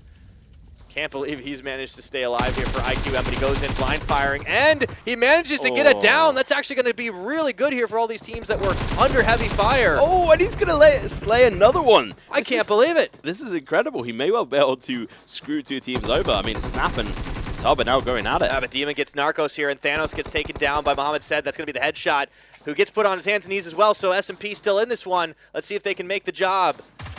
Thanos and Sif already down, and he manages to get himself another knock and puts him under its Tomb, getting another kill, still alive, down to 3 members, down to 3 teams, I should say, and now Sheriff is taken out of this one. Tomb is an absolute madman. He's clutching it. What is going on? He's now going to be able to cross back on over. He's going back and forth here and dominating. What a fantastic performance coming out this solo player, as it seems like there's going to be last 2 players. It's going to be a 2v2v1 here, and Tomb has the outside advantage and also closest to the center of the circle. If Tomb clutches this for the chicken dinner, that is insane right now. It is up to AXT and 69 SWAT, the team that performed really well on that last one, taking the chicken dinner, and the team that we expected to be one of our top teams in this final 3. But joining them is IQM's Tomb. Absolutely insane there. You can't... I don't know what to say about that, because Tomb just played it really well. He got across, saw a player, downed him, moved a bit further, downed another player from Snap, moved behind a tree, and then down 2. I mean... He's only got 1 actual kill for himself, too, so he's really just getting lots and lots of downs. But he's working his way up for the team's... like solid positioning, and considering how defensively they were playing before, it didn't quite work out well for them. Yeah, I mean, considering the rest of his team actually died out back in, I think, 9th position, so he's actually gained 6 position points at, on leaderboard. And at just running minimum. from tree to tree. That's the crazy thing. Now Lashini actually gets down by the Molotov here, so all of a sudden 69 SWAT are in a lot of trouble. MBJ is in the blue, and he's not going to have a lot of time to revive. If Tomb senses this might be a good chance to actually solo breach, he might go through for it, but he's waiting on the outside because he has the position. He can do it. He's definitely got the position on these guys, and now the face-off is going to come out. AXT are going to win that one pretty handily right now. And Tomb, he's going to go for it, trying to get a little bit more plays. There's a knockdown, and he finally falls. AXT take first, but can you believe it? Tomb with a sneaky second for IQM. And he gets 4 kills just for himself, and I think 3 of them were right at the end there, if I'm right in saying. Yeah, I think you're right. So that was actually really well played by them. I have to give them mad props, and if you have a look at 69 SWAT, they do manage to get that 3rd position with a total of 7 kills, which is pretty decent. I'll give them that. And then for first place, we are going to be seeing AXT, who do manage to get a decent amount of kills, 9 in total. No real sort of... And another chicken dinner. Yeah, chicken dinner, which equals 30 points plus the 9. So 39 points. It's actually... It's pretty good. It's going to jump them up. You're going to pull out very far in front right now, and I think we haven't really seen consistency in the first couple of days. There were teams kind of rising and falling, depending on the map, but AXT have now proved on both Sanhok and Vikendi that they are incredibly strong. The first time, the circle favored them. So you could always write that off as, okay, you know, maybe they wouldn't have gotten first place. They would have gotten like 2nd, 3rd, 4th, perhaps, but they did it again, this time without the circle. So... honestly, AXT are stepping up huge today. Yeah, and I mean, the main difference is actually in players. They don't have Lord. They have someone else who may well have actually been the IGL. They could have gone in a little bit blind, but let's have a look at the highlights here. All right, well, this one started off. We see MEA actually getting a first couple of shots. And KA, once again, they got into this troublesome position where they just lost a few members early. AXT found Rush to Crush, and they completely ran them over. Yeah, that was just so destructive of AXT. They were not taking any... We can't even show it. It's just, it's honestly, it's too graphic, ladies and gentlemen. We just can't show it. SB, they found a lot of damage here onto the VW members as they were trying to move up here, and that was pretty much the end of it, as it was just this final push into the building. Shahif, he was kind of going in on point. He gets knocked, but it doesn't matter. There's way too many guns ablazing here for VW to really stand strong, and they lose all their lives. Meanwhile, TUB doing the same thing to MEA here in this house, and it was a really solid breach from them. There was a lot of back-and-forth fights going on, but in the end, TUB were the ones that cleaned it up. Yeah, it was really well played by them, and then we're going to be seeing a push from SB, who do knock out one of the players in the window. That's going to be Loranz. This was still the best performance we've seen from 963, though. Oh, so definitely, give them some credit here. It's unfortunately just not enough to take down the SB members who take them out. Escobar, he does manage to screw over one of the SB members, as you said, before he ends up falling, trying desperately to bandage himself. K-Hay gets some of the 7 team members down, but not nearly enough as the breach goes through. And then SMP, This is an aggressive play for a team that has played so defensively in the past. They breach in, and of course, this is actually KS that come through here, and they get everybody from 7T down thanks to that clutch Molotov. Yeah, but these Molotovs are coming in clutch for a lot of these teams, and Snap, definitely one of the highest performing teams so far this game. And they got that 4th place for a reason right now, and here were a couple more of those fights. We saw Clown, well, he self-mollied himself, but, he self-Molotoved himself, but then he actually was able to get Ebo down with a Molotov that was true to aim this time around. And it just kind of kept going from here. You could see TUB, really no match for some of those members, but the rest of the team started to converge into this final position. Yeah, and so it's going to be coming up onto AXT, but Tomb's fantastic play here. Just look at it. He's running guns. He's just down one from TUB, beautiful. Pushes to another tree, spots one through the window, down Sarif, and now he's going to be crossing the road uncontended completely. And now we're going to be back on over to the TUB, potentially getting wiped out, I think, by Snap. Yeah, this was Tomb just once again waiting, biding his time. He finds the Snap members and actually takes them out. One of them ends up falling to the environment, but that was the first kill that his team had actually picked up. And I think this is where he gets the 4. So Tomb gets Lashin down onto his knees, but the circle starts closing in, and all of a sudden it's chaos in the smoke. AXT coming out ahead and wondering where the heck the last guy is. Tomb managing to find, I think, at least one there. No, he doesn't quite get it. The match ends. So he could have picked up a couple more kills, but he still got 22 just on placement alone, and then 4 more points for the kills for his team. I think if you're IQM, you are very happy with Tomb's performance. Yeah, I'd be really happy. I mean, he managed to take down those 3 players as he was moving, and then that ace Molotov into that window, or door frame rather, was fantastic. Unfortunately, he did pick the wrong side of the wall to go on, which did screw him over. And yeah, Tomb. He was actually he was actually the kill leader along with our other member of SMP there. So good job for him. And as pointed out, AXT's Palat, the player that we didn't actually see on day number 1, comes in clutch with 3 kills here on Vikendi. And then, of course, SB also has solid performance in the form of Ori. Clown also picks up a couple for himself. And then 69 SWAT have Lashin and MBJ and Mustafa all in there with 2 apiece. Yeah, we didn't actually see any teams get a double-figure kill count in total, which was a bit of an interesting one there. No, but 2 chicken dinners for AXT, so there is that level of consistency. Yeah, interesting that this is such a different day so far. I wonder, though, if it isn't just some of the chaos of the maps, right? Because we have had 2 very small maps to contend with. There's no Miramar today. We'll be doing double Erangel to close out the second half. And I really want to see how the teams adapt onto that map, which is more of a mainstay of traditional PUBG. Yeah, and I mean, if AXT can actually stay true to heart and get through to it. So we're actually going to have a look at IKM versus SB here on the sort of head-to-head. So we're actually going to be seeing IKM, who are in 2nd place at the moment, versus SB, who are in 8th position. But the kills in that game was fairly decent for IQM, who do get a total 4 from Tomb, and then SB overall get 7 and also 1.3k damage, which is pretty insane. That's the biggest difference to me, right? Because you look at the damage numbers and you're like, wait a minute, what's going on with IQM? And you're like, yeah, that's because that was all Tomb. 100% of the way his team pretty much goes down. We're going to take a look specifically at Tomb versus one of SB's members there. That is Shahat Fatias, and wow. Yeah, it's quite close on that front. So, and also the distance as well. I mean, SB had to travel quite far between these players, and then also headshots is actually the same count, but that damage between them was off by a couple of points. And then we're actually going to have a look at Wolf versus Azriel from SB as well, where both of these guys actually went down pretty early. I mean, you look at the distance covered, that's really team-based anyways, so a tiny bit of damage comes in from Azrael. But yeah, the problem is Wolf, as he was creeping up with the team, they pretty much get wiped off the map, and this is what forced Team to really get into that position. Mustafa, same thing really happens here, but it's a Dirmaka that actually does a lot more for his squad. Yeah, a lot of distance traveled we will see on these maps, and well, GG, well played to them. That was actually a really good game to see from 4XT especially.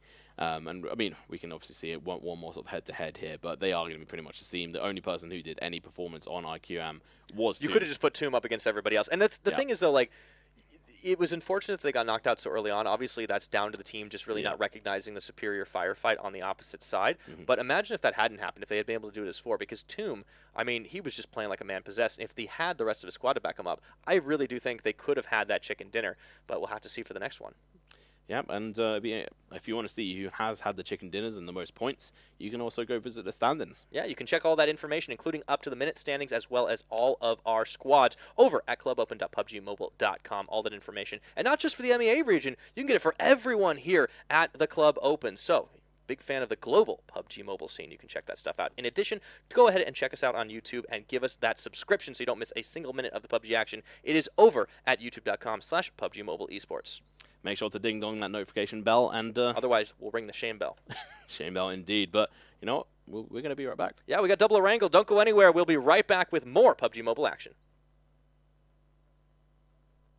Royale Pass Season 6 is here. This season's theme is 1 year anniversary of PUBG Mobile, with lots of rare items. We've also added lots of more realistic and hardcore items to your Royale Pass rewards. Turn yourself into an elite soldier. UC spent in Royale Pass will be fully refunded as your Royale Pass ranks up, so you can buy next season's pass. Royale Pass. Ha! Gotcha. Royale Pass. You deserve it. Do you play PUBG Mobile?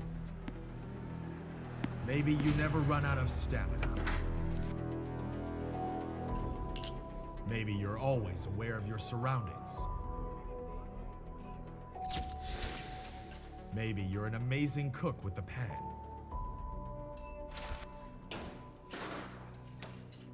Maybe you're a great driver. But as soon as you hear the sound of an airplane,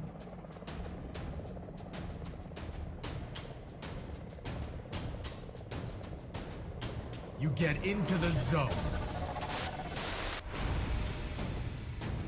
In PUBG Mobile, you all come from different walks in life.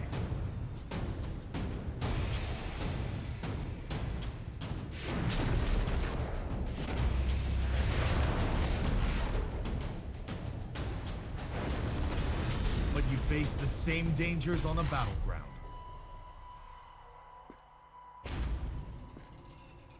And you become friends. You work together to overcome the obstacles.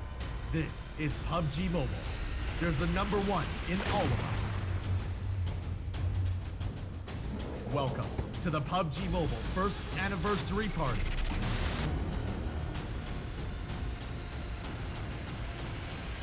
PUBG Mobile. Be the one.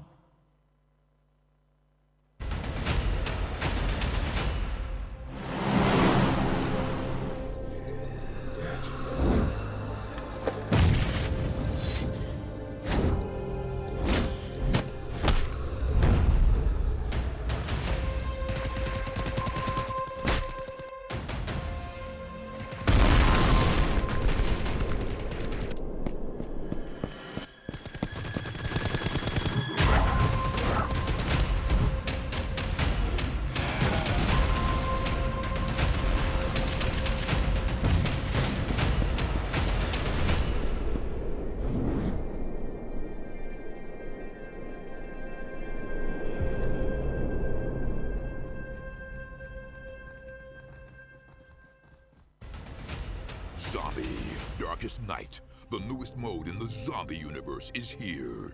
This time, the rules are different.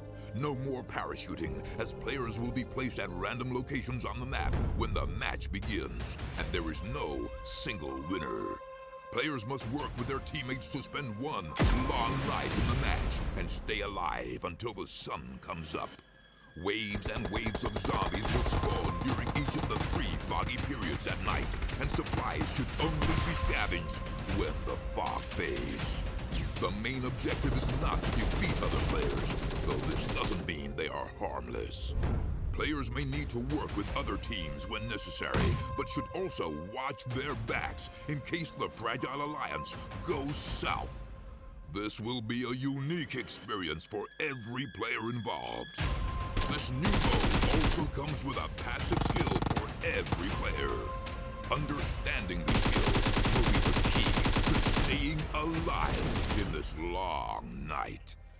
Can you ride out the night?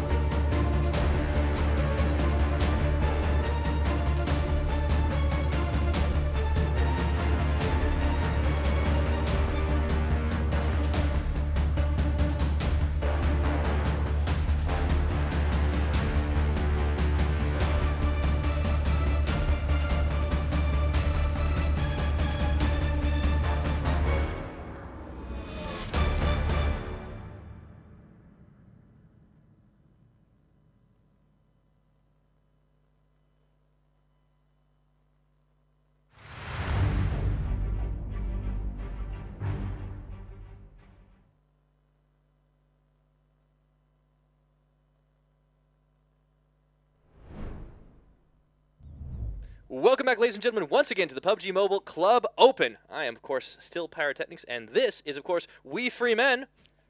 But he is only but one man. One man. One mission. One game to cast, and that's going to be Technically, we have 2 games to cast on Erangel. We are halfway through the day, Tom. Yeah. But it's okay. Caster Master never my strong suit either, so it's all right. Yeah, we have 2 more games of Erangel coming up next, and honestly, this should be a big difference. Yeah, I mean, big old map. It's going to be really interesting to see, and we've got a couple of teams to highlight, and we want to watch. It's going to be AXT as I think both of our main team to watch. Can they actually perform on Erangel, which they didn't do too badly yesterday, but they kind of fell off towards the end of yesterday's games. Right. But today they've been hot. I mean, yep. it's obviously the first 2 maps, Sanhok, Vikendi, a little bit different stuff, but they got the chicken dinners on both of them. We have not had a team play that consistently here in the MEA region in this spring split, not yet. And if they can do 3 for 3, then all of a sudden this team is looking real hot. I'm really keen to see the standings actually. Yeah, I mean, it's back-to-back wins, like you said. Not had it before. We've not had a single team get a back-to-back win in and the a lot of ME frags region. as well. Yeah, so and here's why. This is what's going to happen. We see them leaping into that first place position. They do finally leap over the real deal who aren't playing today with a whopping 148 points. But look at how close 7T are.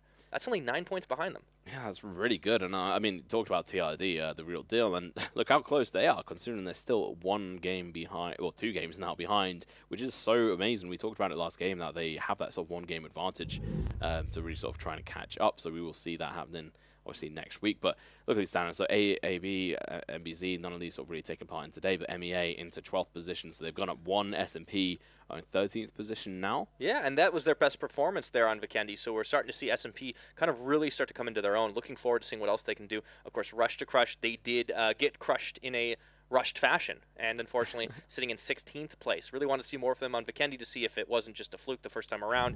It may well have been, but they do have some chances still to prove themselves, and we see the rest of the teams. TUB, who actually had a really solid performance, as well as, well, we saw IQM a little bit further up the top, but TUB are sitting in that 20th place spot. That's because they missed 2 matches. They actually didn't load into all of our games. Yeah, and I mean, they have only got 9 kills. That's definitely something they need to improve on. And let's have a look at these. SB have been stepping it up. I don't think we actually saw them load in previously, but this time around they've played both their matches. They've gotten a couple of points. They're still far back just because they've been missing so much, but they put in some solid numbers that last time around, 11 kills across 2 games. Looking forward to seeing what else they can do. Yeah, I mean, can they be consistent? Who knows? We'll have to see. Wait and see on those guys. But they have got 11 kills, which is more than some teams have got overall. I mean, especially in this part of the standings. Yeah, I mean, if we have a look at 963, which was actually on the page previous, that yeah, they moved up. Yeah, they've actually moved up onto the page above, which is a first. Yeah, and it's honestly, I think it was a matter of time. 963, like you can't go through so many games and just completely get out fragged without picking up something for your troubles. We actually got really excited. We thought they'd pulled off a really good breach. It turned out it was actually TUB because we got a little debated by the tags. But that being said, 963 did still have their best run of the game so far. However, SB kind of ruined their day, so maybe they'll change again. But here we are onto Erangel, and look at that plane drop.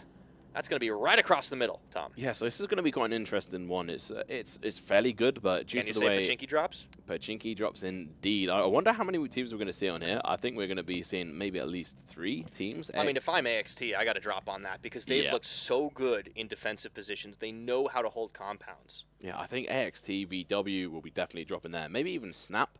They may not go there, but Georgeport is going to be a lot harder for these teams to rotate on over to or fly over to, rather just due to the way the air mechanics work. And we do actually know that most of these teams don't drop down, get a car and rotate, so they tend to drop where they drop. But some of them may well be going over towards Hospital, which is fairly decent. That is going to be, I think, TUB, aka Tub, and also 69 SWAT, who will be going over in that direction. AXT actually going to go down towards Ferry Pier, it seems, or Quarry. Yeah, that's really interesting. So a lot of teams did kind of hop out the plane early on. It looks like MEA are going to be the ones that do head towards Pachinki, and they might even be alone, given the fact that the couple of other teams that have dropped out near them are heading up north to Rozhok. Yeah, so they're going to be left alone. They're going to have a clean game here. So it's going to depend on where the circle lands, whether they're going to. I know why MEA is doing this because last time they were on Erangel, they dropped on the westernmost edge and got completely blown up by the military circle. Yeah, that was not a good time for them. 70 going back. Speaking of, nope. Look at that. This is the same circle as yesterday. So ME right now are like, okay, thank God. We've actually got this now. Yeah, well, if it would have just like gone to the north into like shooting range or whatever, like, oh, come on. It's like, you can't do this anytime. But 70, they are actually going to go continually to Yasnaya. They have proven dominance over that area, and it seems like most teams have decided to respect that who do know them. And so we'll be seeing them being able to take that. Nox are going to head over towards the Povka. This is in George Pool right now. We can see MBJ in front 6 there, and then we've got 3 members in back 6. Mustafa's just looting up the farm building. And then we have VW. They've actually just decided to swim for the military complex. I mean, there's nobody else there, so like they're going to be perfectly fine, but they're making a big bet on the circle. I mean, it's fine. I just don't understand why they decided to swim instead of not just running across the... It's a nice day out, maybe? they just wanted to go for a nice little bit of a paddle. It's summer over here on Erangel. Doggy paddle, you know. Yeah. Or actually, they're doing like the it's a breaststroke, I think, or butterfly, yeah. Butterfly, it's butterfly, yeah. I am not great at swimming. I can do backstroke, okay. I used to. I grew up having a pool outside, so I used to. Oh, yeah, that's nice, mostly. man. I wish I had that. Yeah. SMP can start things off, though. They actually do get a knockdown on to one of the members of KS and finish the job. That's Sheriff. So SMP are one of those teams that they've really started to level up before our eyes. I mean, you could really say that they've just snapped into existence today, and really it started to perform better. Or at least kicked it up a notch, that's for sure. They're going for this breach here as Ebo sitting on top of the roof. Seif going to try and get the angle on him, but Ebo's been one of the better members of KS. Let's see what they can get done. Yeah, with I mean, only 3. This is actually a fairly good position. He is a little bit low. He's got level 1 armor, body armor, down. and head armor. That was so smart. Look at this blade coming in. Oh, did he just take the car and he's like, He I'm just out. duped them. They drove that car to him, and he's like, yeet. Yeah, no, he really does just get the heck out of there. He does take a lot of damage, unfortunately, but his car's not on fire, so he can just cruise across the bridge. And, you know, at this point, it's a little bit of a safer bridge than it might have been because it's so early on in the game.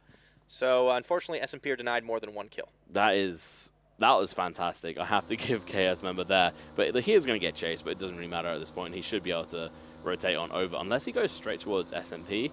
I think the two SMP members are a little bit further out here, yeah, but so we'll talk about them in a minute because this is IQM, Tomb being the hero of that last game for his squad.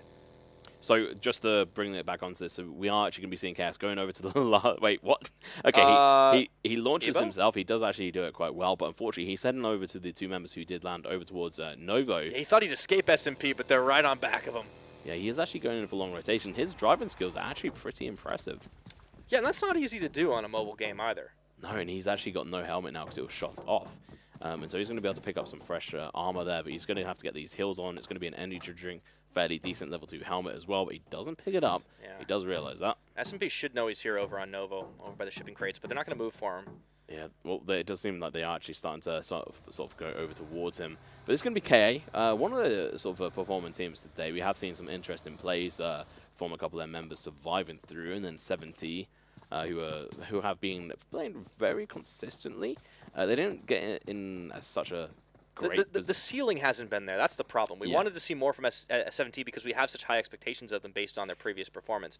But they are pretty much unopposed on Yasnaya. The issue is that's not within the circle, so they're going to have to take up shelter somewhere else. But we do check back in with Ebo here over on Novo.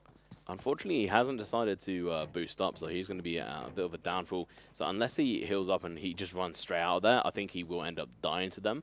And we are now seeing 963 over in, is that Kameshki, if I'm right in saying? And, I think it is, yeah. And over next to Stalba, which is going to be a bit of a dead man's land, and like the circle isn't anywhere near it as well, so they're going to have a long rotation. And then Nox, who are over in Lipovka, have got 1 vehicle. Hopefully they are going to be able to find another one, because they're going to have to cross the bridge potentially. So that is ideally what you want to see, or a boat. Yeah, we might see a few boat strats if this military circle continues, but that's going to be yet to be seen. And here with TUB, we're going to catch them as well over here by Georgia Pool. Yeah, Crete. Pretty decent area to loot up. And yeah, unfortunately not within the circle, so they are going to have to move, but they've got a good position on it now. They do actually have a UAZ on the road there, so they will be able to rotate. A little bit further away, we are going to be seeing KS, another member of KS. Yeah, so Ebo was posted up with Ahmed, who went down earlier on, but the rest of the team's kind of been out of there. So circle starts to close in here, and you can see 963 already going for the rotate. But again, they do the double car strat, so we're seeing these teams improve. Yeah, no, I really do hope that they sort of put this into play more so. And we can see the map here, and also KS still alive at the moment, and they could actually hold out a couple of teams from being able to go for the cross, get those kills, which would be a really interesting play, because we've not seen any teams really hold the bridge too often. We saw UN, I think, yesterday or the day before hold the bridge, but they weren't able to get any shots on people. No. IBO, he's going to be able to make it out of there. Man, this guy is just sneaking his way on down the road here. and he's going to move away from Nova. Now, there is another squad that's posted up in military base. That's VW. So if he runs into them, he could be in a bit of trouble. But meanwhile, we'll check in with some of our other squads. MEA here just found themselves in a couple of loot spots just down the way. Yeah, so they have actually crossed on the western bridge there over towards the military island. And this is a fairly new compound. I say new, within the last sort of 6 months it's sort of been here. We do have boat strats. Yeah, there we go. So AXT have got the boat out there, and we've also got 2 buggies over on Ferry Pier. This is on the opposite side to Military Island. And actually, one of the cars there only has 1 wheel, so I hope they don't that one's not going to work so well. I'm not sure. It looks like they're trying to have one foot in either boat, to be honest, because if the circle does go up more towards the northern land side in this next one, they'll be able to rotate on that pretty easily. VW here, though, they're going to spread out on military base. So far, the only team to occupy it. Yeah, we're going to be seeing KS here once again. IBO has made it. Yeah, he's met up with his teammates. I mean, this is like a serious reunion. Yeah, and it's good to see that, and his teammates are going to drop him a couple of bits of loot to try and help him back up. It's actually just Kraken, though. So where is Ari right now? I think he's near the bridge, if I'm right in saying. Ooh, another boat. This is Nox. Now, they were the team that actually had posted up on Military Island the last time around. Yeah, so surprising that they decided not to go against that, but maybe they did watch the games and decided not to go for the contention against it and went for Lipovka, which is a fairly decent drop zone as well, so can't go wrong with that one. And now we're going to be seeing TUB going for the rotation, but they've got a long way to go there, Yeah, they Devin. do. That's a long way to Yeah, go. they do. It's a long way from Georgia Pool. New hit single coming next summer. I was like, give it a lot of time because people might actually expect it. Exactly, a long time Wait till the away. mixtape. All right, here's AXT as well, over by Ferry Pool, as you mentioned. So it's nice slow down. It's nicely calm and everything. I feel like when there's such a big split out the plane as there was, and then you get a military circle, everyone is just going to be going on a road trip for quite a while. Yeah, and I'm not even quite sure what AXT are doing because they've had a couple of vehicles. They had the boat, but they've actually just left the boat and just like, we don't actually care about this. And seriously, 69 SWAT are actually there, and they're going to get found by AXT. Oh. A lot of crossfire going down. Rodal lit them up right now, and it looks like they're in some serious trouble trying to split away, but this is why you want to have multiple vehicles. This is just the perfect example as to why you need to have those vehicles, and they're actually going to be going straight onto the pier here, which is a bit of a dangerous area. Two going swimming and sloshing in Narcos. Yeah, so I was actually wanted to see a bit of a sort of water strat and to see what happened when people fired at them and see if they were able to dodge or not, because we've not really seen any sort of water game so far, which is always a good move here. Ooh, a long nade. Good rock placement, though. Here comes Demon sneaking up. So AXT, these guys are like sharks, man. They smell blood and they just go for it. Yeah, and I mean, we actually saw a really good performance from out of these individual players the other day as well. It was actually quite nice of them. But with this new, I guess, potential sort of IGL positioning from Paulette, they might actually be able to play even better now as they have done in the first 32 games. So we've got high expectations of them in Erangel. So let's see if they can actually perform. Yeah, already 2 chicken dinners in their pocket, looking for even more. Here's the next circle. So it is still split between Military Island, and it still encompasses Pachinki. But the team that had actually gone there, they've already bailed out. I believe that was MEA, and they've gone real far out now. Still split, as you mentioned. MBJ and Lashin kind of ran afoul of AXT. Rest of the team's coming in, though. Nox, look at that long rotate that Nox pulled. They actually landed on the south side of the island. They really took the long cruise. And that's actually quite a usual one to sort of happen on some military islands. So it's good to see that they do actually go out for that. Unfortunately, 69 SWAT are not going to have a good day here. Demon, he's got MEA under heavy fire, and that vehicle is blown to heck, so they're not going to get much of a chance to get anywhere with it. So far, these 69 SWAT members kind of pinned down under the AXT. Grenades primed and ready. Gonna get that smoke out. So they might just do a runner into the water. The thing is, I mean, they've got 2 members on the other side of the pier here who will probably be healing up and then trying to just push on in. That Demon's just going to put a bandage on. He knows he's not getting through that smoke. Not too easily. Well, there's the crossfire. Some shots coming out from a distance. These guys, they're trying to take the... Oh, Demon. Into the smoke he goes. Trying to find that damage, but you could see it looks like Mustafa's already made it out, so MBJ is going to need to be doing the other one. However, Lashin might be caught. Demon had his scopes up. Not sure if he saw him. I don't think he did. I think he heard a couple of shots towards him from them, but didn't really end up happening. So we are going to be seeing sort of these guys K over towards farm. KS not too far away. Circle will be coming in. Snap still half in the blue right now. Yeah, interesting. It really is a kind of an odd placement there. You can see Snap just going on a road trip once again. 69 SWAT have kind of regained their own positioning on this pier here as they regroup. They were split for a while, but talk about a good reunion for them. Yeah, I mean, if they don't all swim across, they should at least get one person who just repositions over onto the military island so that they can double bet here. KS being this close together is definitely not favorable. If a single grenade goes in there, they're then screwed. But like I said before as well, if they just take one building, I talked about it earlier in the first match foul. A lot of these teams are just going into one building rather than spread out across multiple. Talking of which, these guys are doing it as well. Yeah, and you'd think they would have learned on the IQM side because they lost all 3 on a rotate when they were really clumped together. It was Tomb that had to make that crazy hero play and get himself into the top 3. Ooh. And there is a drop that is quite far out in the water, but there is an AWM there. And look at this. Mustafa's swimming for it. It's like, you know what, I have to swim across anyway, may as well have some encouragement. So it's going to get full level 3 in AWM and also an extended quick draw mag for the AR, which just makes it a lot easier. Ooh, and look at the new circle. It is actually on Pachinki. Just the tip of Pachinki. Just the tip. But we could actually see a couple of these teams block out these guys. So we'll see what they end up doing. I mean, we could actually see Mustafa from, I think that's TUB, able to sort of rotate over and stop MEA and the other teams from being able to rotate across the bridge. Yeah, might do. SMP, we're going to keep our eyes on them now as they have still a couple of vehicles. And they're not too far away from getting back into those circles. Meanwhile, Nox, they've been going on a long road trip themselves. They really had to go quite a distance. But they haven't encountered a whole lot of other people. And just as well, because they're bumping their car right up against the houses. You know what really sucks?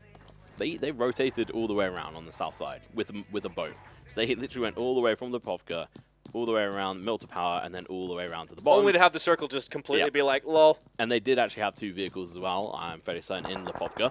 But we're actually going to be seeing a firefight onto the back of these guys. Yeah, this is TUB getting fired on by AXT right now as they try to cross over at Ferry Pier. I'm not quite sure what happened there because that was actually 69 SWAT who were on the pier. So TUB just dove in the middle of these guys. And got caught in the crossfire. Speaking of, though, it looks like we're in for a fight right now. This is SB and KS, who, as you mentioned, were clumped up in that house, and there are nades flying in through the windows. Well, I'd hate to say it, but I would like to see them punished for this, because if you clump up, you should get punished, and it seems like AXT are going to get punished by TUB, but returning the fire themselves. They do. There's 3 knocks already here onto the TUB members. It's only 1 player healthy in AXT. It's just Demon who's been downed, and it looks like Clown might go around to finish the job here. He should be able to pick that one up. Easy peasy. It's really important. It's really important to get those finishes when you're sort of fairly certain now on a line like that. Ooh, 7T's found Snap. Yeah, because otherwise they will just continually feed information to the opposition there. Snap gets wiped out completely. We're not seeing the fight, but we are seeing the kill feed here, and Snap are completely gone. So unfortunately, that last game where they ended up in 4th place, it looks like that might just be a blip on the radar. Yeah, and they go out in 13th position with leaving 46 people left alive. Yeah, looks like soon to follow, though. Ooh, there's Demon. Although Rodel does get downed, one of the last remaining members of TUB, but too strong are the AXT side, and they do manage to get the finisher off. So TUB go down in 12th place. That was really impressive there. Hopefully AXT can actually recover from that because it's quite dangerous. But MEA are actually going ham, and they're going to be knocking down a bunch of people. Palat is going to die, or at least go out to the blue there. MEA going to be knocking out VW potentially here. They moved in onto the military base, and they just took them out. And that had been where VW were just camping out, and unfortunately they were going to be forced to move soon enough. So MEA finding so many kills here. They should have gotten that wipeout. Yes, they do. Knocked out in 11th place for VW. That sucks considering their positioning looked so good earlier on. Yeah, that was a really well played from MEA. They actually had to go aggressive against this team, so fair play to them. Well, actually, they were defending, and I think they got pushed, and then they just like, nope, we're staying alive. We did a rotation, and then we have to rotate once again back on over to the mainland. And look at that that sort of push down to the ghost here. So almost half the circle is in water, which means it's very much going to have a hard shift up to the northern side of the circle there. And look at us, who already moving. AXT do not miss a minute of it, but there is going to be a very crowded space there. Demon is going to get knocked down to his hands and knees, but not before the play zone is starting to take out a lot of these members. Rodel actually gets knocked down by it. So everyone has to start making tracks here. You can see 69 SWAT are going to be doing as well. And the last person left alive is actually going to be Poulet, I think, on the AXT's team, which is just bad news. Lashin gets play zoned as well. This feels really bad. Nox have not been in a fight this game, by the way, because they've just been going all over the map. So I want to see where they end up, because they're still all healthy right now. Yeah. AXT are down to 2 members. Really, the environment started hitting them pretty hard, but they did manage to make it in there with Palat and Clown. Yeah, unfortunately, they didn't get the hills off in time just due to the damage of the circle at this point. Makes it very hard, but look at this, 963. Jasnaya's got him in the sights, but he just couldn't quite get the car blown up. So 963 still in this top 10 position. at the moment. KS are going to be backing away from this fight, but not soon enough. Yeah, SB going to start lighting them up right now. That's Evo and Ari already down. The finishing blow is coming through, and SB just looking so much better. However, there's a couple of firebacks onto Evo. And Kraken trying to get the finish here. He's going to be running through the open, but they should have an idea of where he is. He's going to go in the open, going down to Azrael. Yeah, so coming up a lot stronger here is SB in this firefight. And we can even see off screen a couple other fights are coming through. Looks like Jisnaya is actually able to find one for himself, and Nox loses Ben in all of that chaos. It was actually to one of the 963 members. Really well played to 963, still being alive at this point in the top 8. One of their best positioning so far. And that's going to be MEA. Oh, Falastine onto Haji's already gotten him down. Just heavy fire. Not a lot of chances for him to react there. Wasi's even going to be able to get the kill onto Haji. And look at this split out. This is what we were hoping for from IQM. Just hiding on the low ground in the water. AXT on the edge there. Well, that was an interesting screen. Hopefully we can go back to it at some point. But for now, SB do lose a member. He does end up finishing again. Finished. KA still alive at the moment. MEA still alive. And then we have got IQM just in the water at the moment. This is not the ideal situation, but it's very difficult for them to get up. There is a position they can do, but not right now. So the circle will start to close very shortly. It's actually closing right now, and SB are going to have to go for a push into the circle. Yeah, and 70 are in like the best position right now of all the teams, so this is starting to look a lot better for the team we were hoping to get some chicken dinners out of earlier today, but had been going out a little bit earlier than their points had suggested. KA here post up over on the edge, and SB's actually be coming in hot on the vehicle. 963 up in the hills, Nox occupying the house. It looks like we're going to be in for one of those big old all-out multiple team firefights with 25 players still alive here as we get into the 18.5-minute mark, ending Zone 4 pretty soon. I think SB could actually have a really good position here, because this next circle can still sort of shift slightly downwards, but as we go further into the game, it's going to favor them in regards to sort of the rotations or the circle positioning anyway. Nox, obviously, like you said, Ben did go down, which is a bit unfortunate in that rotation. 70 have got a decent position. They have got the sort of hard cover here, and the circle is going to be coming in. There's a fair few packages, and we do obviously know IQM are in a bit of a bad position. But they're in the circle, though, yeah, so they can hang out for a while, and 70 are still within it. Yeah, so hopefully if they just stay down there, they may be healthy. But unfortunately, if 70 decide to peek over the edge, they may well be able to get the shots off on these guys. Yeah, if AXT are just right on top of them, they don't know it right now. Jisnaya is going to be able to find Galiko and gets it down onto him. So Nox actually falling prey to the 963 members. Yeah, not so good. 70. It's going to be. I think this whole game is going to depend on how they handle MEA. And MEA are going to be able to have a chance to be able to get a couple of drops here. KA actually dropped down into the water.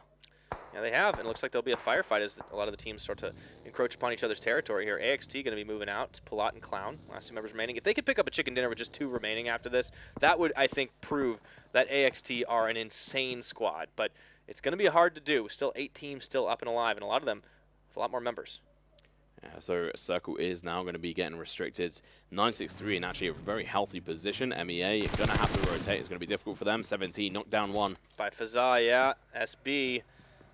It looks like Galiko's going to be able to find Jisnaya as on the opposite side here. And it looks like a couple of teams getting involved in this. Fazal going to be running for it, looking for the SB members. He sprays, but maybe he should have prayed a little bit harder because he gets knocked onto his hands and knees, and that should be the finishing blow here. Wasi is going to get taken out by Reef. That was so unfortunate. Why would you push like that alone? I mean, I guess if you see a vehicle going over, you may think someone's going to get knocked. We saw that happen last game, too. Sometimes in these chaotic fights, it seems like some of the 17 members just rush it. It's just the same thing over and over again. They don't seem to play as a team in these rushes, but switching on over, MEA have actually made it over to hard cover and into the center of the circle. And they found 963 as well.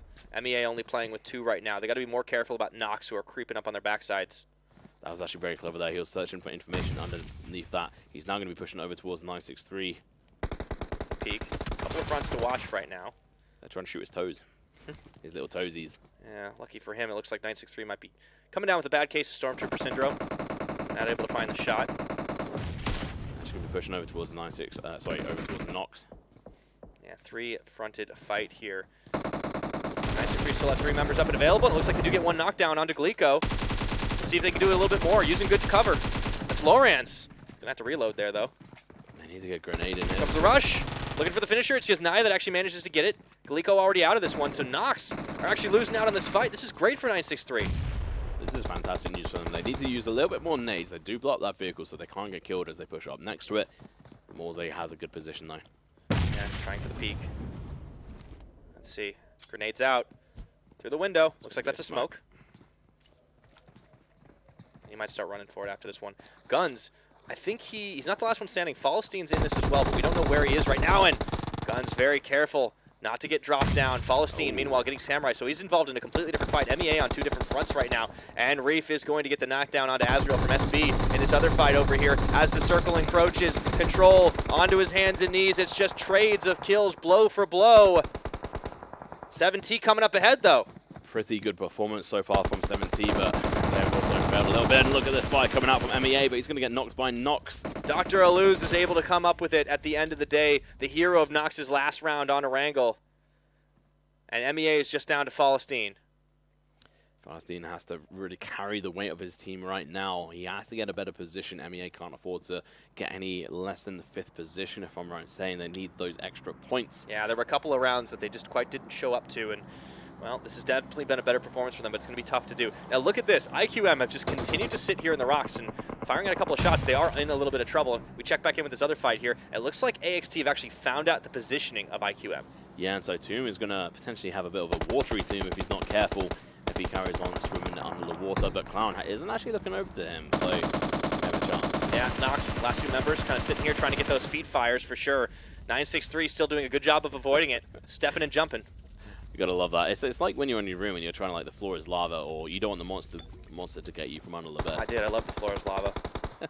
Control getting taken down, though. KA still in this one, actually, so the fight continues. Looks like Reef turns it back around onto Las, and every single time, 7T are actually managing to get their teammates back up off the ground here. It looks like, though, Lawrence, he steps forward, but into the Molotov, and he gets knocked down by Morzy. Mustafa, meanwhile, going to take out 7T's Control as Morzy creeps forward.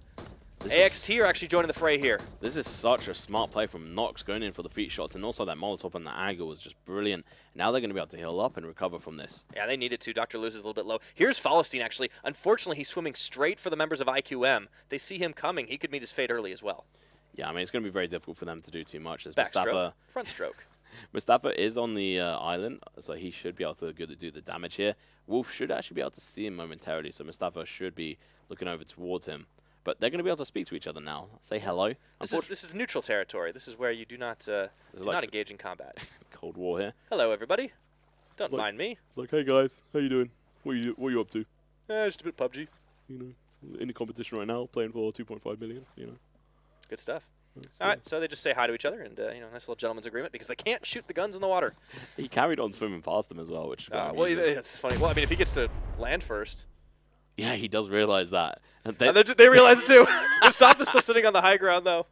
I don't think Mustafa is like, I can't actually move on this one. Well, I mean, he's got up around the side. Fallenstein does get up onto land. And AXT might not have seen him coming. However, somebody certainly did, so he gets back in the water. Oh, dear. Yeah, that was 7T who He's had actually got the spot. one shot away. Oh, look at Mustafa. Davy Jones. Mustafa going up on the high ground himself, but he's getting fired upon, and he's down on his hands and knees. Game is up, I'm afraid. That was a brilliant bait. Somehow Fallenstein has ended up on the top here because Wolf is going to go down now, and Tomb is the last member left alive. Once again, they've only got 2 kills. Can he top that up a little bit? AXT going to be crawling through the open. Sneaky Snakes looking for it right now, trying to join in. You know, if this next circle... It looks like it's favoring IQM. They might just be able to play this hide-and-seek game. No, so this next circle should really do a hard shift. No, you're right, it is. It's away from them. Yeah, and it will actually be pushing away from them. They can technically still get up on land there. Fallenstein's trying for it, actually, but Mustafa's there. And he's taken out, so that will be MEA in 6th place. I think that was a big mistake. He kind of knew that. Well, he knew 7T was there. And he really just played for the odds, and I think Reef may well go for another kill here, but he may not. Reef's the last man standing from 17. Oh, is he really? Yeah. All right.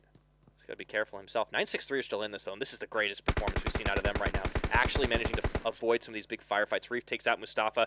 Reef takes out Wolf, and he's clutching it. Reef takes out Tomb. You got to be kidding me. He just cleans house on the IQM members and secures his team a better placement. Easy for Reef. Wonder if he could actually take it even further. He's in the next circle. Yeah, he might be able to do it. Ooh, if he sees AXT here. He's got the probably actually one of the best positions for this circle. Well, nobody's on top of him right now because 963 and Nox are locked in Mortal Kombat. Reef is just kind of on by himself, and AXT not daring to move because they know there's somebody across the way. Yeah, he could actually take the shots onto them, and no one can really challenge him thanks to the angle he's got on that rock. This is the best shot that 7T have for a chicken dinner, even though they only have Reef left. Yeah, no, I completely agree, especially with the Cyber Circle, because if Nox and 963 go out of combat, then I it'd think be Nox great. got to move first. But actually, it might be 963. Reef's waiting for it. Oh, and they're still not healthy. Reef can literally see everything in this circle, by the way. This is how incredible this position is. As soon as someone moves, he'll know. And he can chuck a grenade or he can shoot like that. Free fire, and he gets it. Reef is going to get that knockdown onto Morzy and looks for even more. Dr. Luz can't quite find him there. They've got 13 kills so far. This is insane. A grenade 11 for Reef alone. Yeah, a grenade is going to be going out. It's not quite in the right position, but Dr. Aluz is going to be in a little bit of a bad situation. Yeah, he's got to start moving, though. I mean, you don't even have to hit him with the nades because the blue's creeping up on him. He's going to have to move in that general direction anyway, so just keep peppering him right now. Oh, he no. might give away his position. That one's going a little high. Let's see if it lands where he needs it to. And Dr. Aluz. Oh, that was so close here. Holding his nerve. That was his last grenade. It was a bit of a mistake, in my opinion, because there can't be too many people behind there. So why waste your grenade on one person when you know there's 6 other people left XTR alive? on the move. Look at this clown. You called them sharks, and that's exactly what they're looking to do. Well, I mean, I guess I should have called them snakes, to be honest, because that's the way they're playing it right now. The question is, does Reef see him coming? He's not looking. Oh. No, he really needs to check his position in here. He does now see Dr. Aluz. Onto Dr. Aluz. That's going to be the finisher. However, he does take some damage from 963 in the meantime, so he's got to be careful, get himself healed back up, and he can hope that, looks like there's a big firefight here. 963 going to get 2 members downed, as Yasnaya is going to be the only one standing from their team, and he looks for AXT. The sneaky snakes in the grass take him down, secure themselves at least a second place finish. Clown going for the run, and Reef is going to nearly do it! He's got it! The circle is in his favor. He should be able to clutch this. We called this as being his chance to win, and now Clown is going to be turning into joke as the circle's going to be hitting him. First aid kit comes through too, so he gets a little bit of extra healing. Clown, it is in to this for the win. A 1v1 between AXT and 7T. Who will come out on top?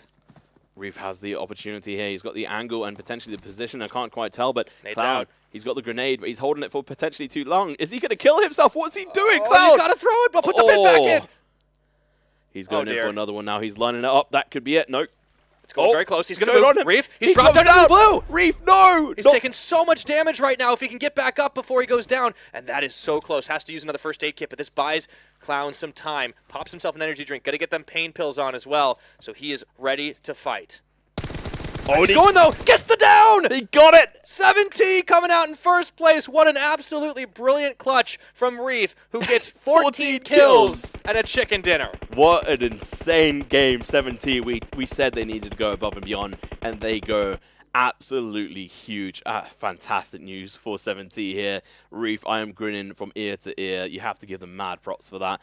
AXT trying to make it work, but unfortunately, when a player's on a roll like that, getting 14 kills by himself, which is more than some teams have in total across all the previous games, it is just insane. That was an epic match. But how about AXT getting that second place after 2 chicken dinners? They can't be too mad about that, even if they can't go 3 for 3. But 963 with a third place, by far their best finish. The ending felt a little bad there because it was more of a whimper and rather than a bang, but they were able to stay alive, and that's more than we've seen from them in many of these crazy firefights. When it mattered, they stepped up to it on Erangel, and I can't wait to see what they do in round 2. You can't even be mad coming in second from AXT, especially against someone who gets 14 kills. You're like, oh, and then you look at the scoreboard and it's like, okay, never mind, guys. You have that one. The thing is, he would have had a little bit more time to react if he hadn't gone for the extra heals up, because he had the energy drink, and then he decided to go for the pain pills as well. And while he was popping the pills, Reef took him out. Well, you know what? I now know why Reef's name is in the team name. Yeah, because he's definitely the big carry. The other 17 members, it looked like they went down not incredibly early, but about in that mid-game when the circle started to shift away from Military Island and go back up towards the coast on the north side there. But Reef, when it counted, he stand and delivered. Let's take a look at the highlights of this game, and it definitely had a lot of boat strats, but AXT were the ones kicking things off really early here. Yeah, they actually managed to close in a couple of kills there a little bit earlier than we thought they would, and then we switch on over towards SB, who are taking on KS, managed to get the wipe on them, easy peasy. They then crash on over towards 7T, eventually able to get a kill there. And then MEA managed to find some of these 963 members, and we thought, oh boy, we've seen this movie before. Light's going to be out soon enough. But Lorans and the rest of 963 held firm. They let other teams fight up against each other, and they played it out well. MEA here, they got themselves into some trouble, but Follow Steam was able to knock up a couple more points. And then here was that fight between 7T and SB, and it was just all kinds of hectic. But 7T managed to stay alive for the most part, but they did lose a lot of members, and that was where things started to look rough for them. Yeah, and somehow Nox still staying alive right now here, taking out the last, well, second to last member of MEA. We get a second view of it now, and then the last member was over in the water. We'll see eventually, right here, saying hello to his friends. Oh, yes, always. Wolf and Tomb, who Reef did eventually finish off. He got all of these kills down here. You can see how he got all these kills. Yeah, this is when he just posted up in that position. He just realized, wait a second, there's an absolute all-you-can-eat buffet sitting around me at this point. So he didn't even need to wait for that chicken dinner to get himself a lot of stacked kills. He was able to finish off the remaining members of Nox, who were moving against the circle. 963 got a pot shot on him. And AXT, the remaining members just absolutely lit up 963 and showing why they're so good at taking these shots. But unfortunately, when it came down to it, well, Reef managed to get that big outplay in the end. Clown made a run behind the building, and that was so close to him going down. The grenade even forced him out into the blue, but, yeah, you can't pop those pills fast enough, man. And 7T Reef coming up huge with 14 kills. That was the only insane. double digits in this game. Yeah, we haven't actually seen any solo single player actually managing to get double digits at all so far. In Pilat did a good job, though. I mean, considering he wasn't playing with AXT in the first day, we've seen nothing short of impressive performances from him. Yep. And this was a great play from him today with 5 kills on the board. Clown had a couple as well. We saw him play well in their initial rounds. So AXT did a good job. But I do want to give some credit to some of the MEA players because they actually, again, really were able to split a lot of kills, so all of them carrying a bit of weight. Yeah, I mean, 2 of their members getting, 3 of their members getting 2 kills is really good news for them. I think the last player maybe even got 1 or 0. So either way, pretty good performance by them. And also a few of the other teams like IQM also got a couple of kills and did decently well. But we can't take away from the storyline, guys. 70. I mean, just congrats. That was an insane play. I mean, really can't take anything away from them. They had some kills stacked before they lost all of their members, but it was like some hectic firefights, and you usually think, all right, that's the point where you're going to be waiting off and hiding. But the way the circle played, the rock that Reef found, and he truly proved that he could be the rock for the team, clutching it out against 4 other squads. You know what? I think this might actually place 70 above AXT now on the leaderboard. I think you're right. Well, the thing is, though, AXT did get a second place, so we're gonna look into it in just a bit. But let's start comparing a couple of our players. And this is actually Emmy Assassins again going up against SB, who were knocked out a little bit earlier on. And Emmy Assassins again across the board actually had some pretty good stats, but they were split player to player. So I'd love to see that breakdown. Yeah, let's have a look at the players in a moment, but look at that damage spread across them. MEA, again, just above with the 2 extra kills. That kind of makes sense, about 200 damage between them. So the difference, which makes sense with the 2 extra kills. Match points is going to be 18 points for MEA then, and 12 just for SB, not too bad. Kills, yeah. Here was how we see the split. Let's have a look at Guns here. He does get about 200 damage. Pretty comparable, actually, between Guns and Azrael. And those have both been pretty big standout performers on their teams. Like, maybe not standout for their teams specifically, but just in general, they've been, at the very least, serviceable. So the floor has been quite high. Yeah, the team members that we actually recognize from those members, there's a couple that we may not recognize. I mean, if you have a look at this, for example, both of these guys getting 0 kills, a couple of, like, a decent amount of damage. This was a bad game for Wasim, actually, because he's had some clutch plays, and this time around he wasn't able to get much before he got taken out. Shah Fatias, we've seen him survive a little longer, but also he's not typically the player that gets all the kills for that squad either. But Falstein is the guy that tends to survive to the end, and you could see it in the distance gone twice as much as his opposite number there in Adir Malka. That is actually pretty big. Yeah, I mean, what's also huge is the fact that Adir Malka actually got 2 kills and only 26 damage. So that's a lot of damage lower than you should actually have for getting 2 kills. So and then obviously there as well, we do see Ori get 0 kills, but same amount of damage as the opposition with who had 2 kills. Yeah, well, SB kind of got into that early firefight with 17 that really sort of hurt their chances for getting any further in that game, whereas you saw MEA doing a little bit better. But of course, if you missed that match or missed any of the matches, want to catch up on all that stuff, you can get the information, including the standings and all of our player rosters, over at our website. It is clubopen.pubgmobile.com, and you can get that for all the regions, not just MEA, but of course, that's the one you want, right? Definitely. I mean, you got to go check them out. I mean, there's going to be a lot of stats you're going to need to track across the board. But you know what? If you don't want to watch all the games at once, and if you just want to watch certain games, there's obviously a way to do that as well. Absolutely. You can go to our YouTube channel. It is youtube.com/PUBGMOBILE Hit that subscribe button, and you will get access to all of the channels where we're broadcasting all of the PUBG Club Open. PUBG Mobile Club Open, excuse me. Yeah, and don't forget to ding-dong that notification bell. Absolutely. So you do not miss a single minute of it. And honestly, it has been all action, so exciting. And we're seeing teams really start to come into their own here. Really exciting to see what happens in our final map on Erangel. But before that, we've got to take a quick break. We will be right back, so don't you go anywhere. We'll know if you do. Royale Pass Season 6 is here. This season's theme is 1-year anniversary of PUBG Mobile, with lots of rare items. We've also added lots of more realistic and hardcore items to your Royale Pass rewards. Turn yourself into an elite soldier. UC spent in Royale Pass will be fully refunded as your Royale Pass ranks up, so you can buy next season's pass. Royale Pass. Ha! Gotcha. Royale Pass. You deserve it. Do you play PUBG Mobile? Maybe you never run out of stamina. Maybe you're always aware of your surroundings. Maybe you're an amazing cook with the pan.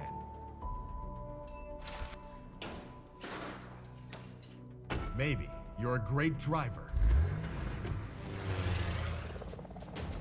But as soon as you hear the sound of an airplane,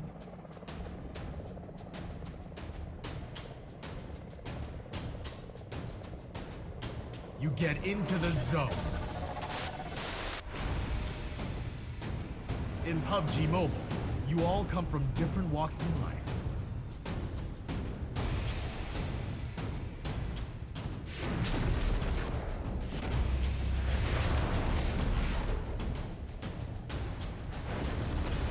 But you face the same dangers on the battleground.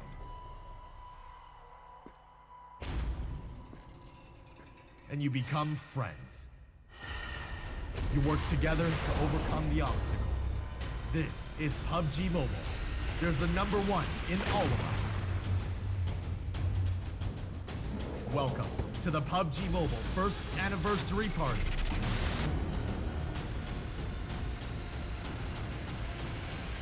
PUBG Mobile. Be the one.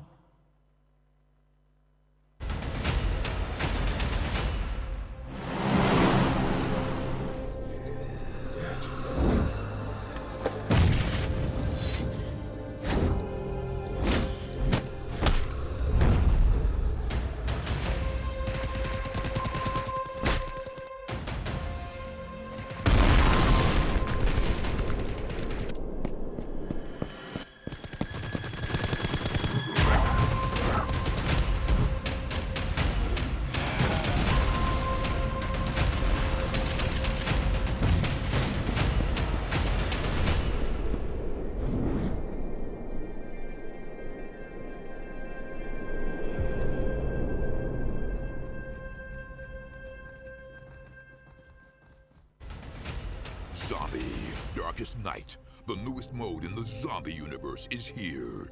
This time, the rules are different. No more parachuting, as players will be placed at random locations on the map when the match begins, and there is no single winner. Players must work with their teammates to spend one long night in the match and stay alive until the sun comes up. Waves and waves of zombies will spawn during each of the 3 foggy periods at night, and supplies should only be scavenged when the fog fades. The main objective is not to defeat other players, though this doesn't mean they are harmless. Players may need to work with other teams when necessary, but should also watch their backs in case the Fragile Alliance goes south. This will be a unique experience for every player involved. This new mode also comes with a passive skill for every player. Understanding the skills will be the key to staying alive in this long night. Can you ride out the night? Royale Pass Season 6 is here. This season's theme is 1-year anniversary of PUBG Mobile, with lots of rare items. We've also added lots of more realistic and hardcore items to your Royale Pass rewards. Turn yourself into an elite soldier. UC spent in Royale Pass will be fully refunded as your Royale Pass ranks up, so you can buy next season's pass. Royale Pass. Gotcha. Royale Pass. You deserve it. Do you play PUBG Mobile? Maybe you never run out of stamina. Maybe you're always aware of your surroundings. Maybe you're an amazing cook with the pan.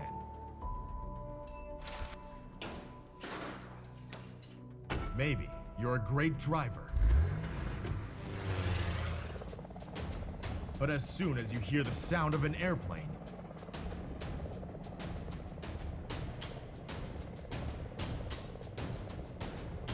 you get into the zone.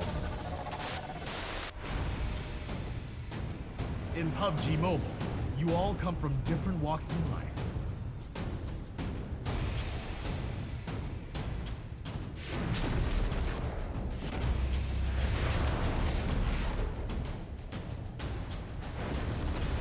But you face the same dangers on the battleground.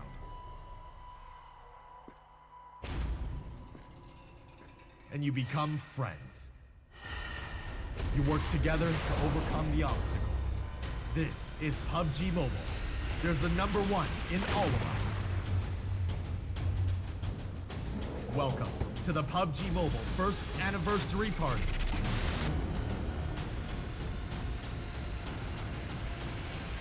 PUBG Mobile. Be the one.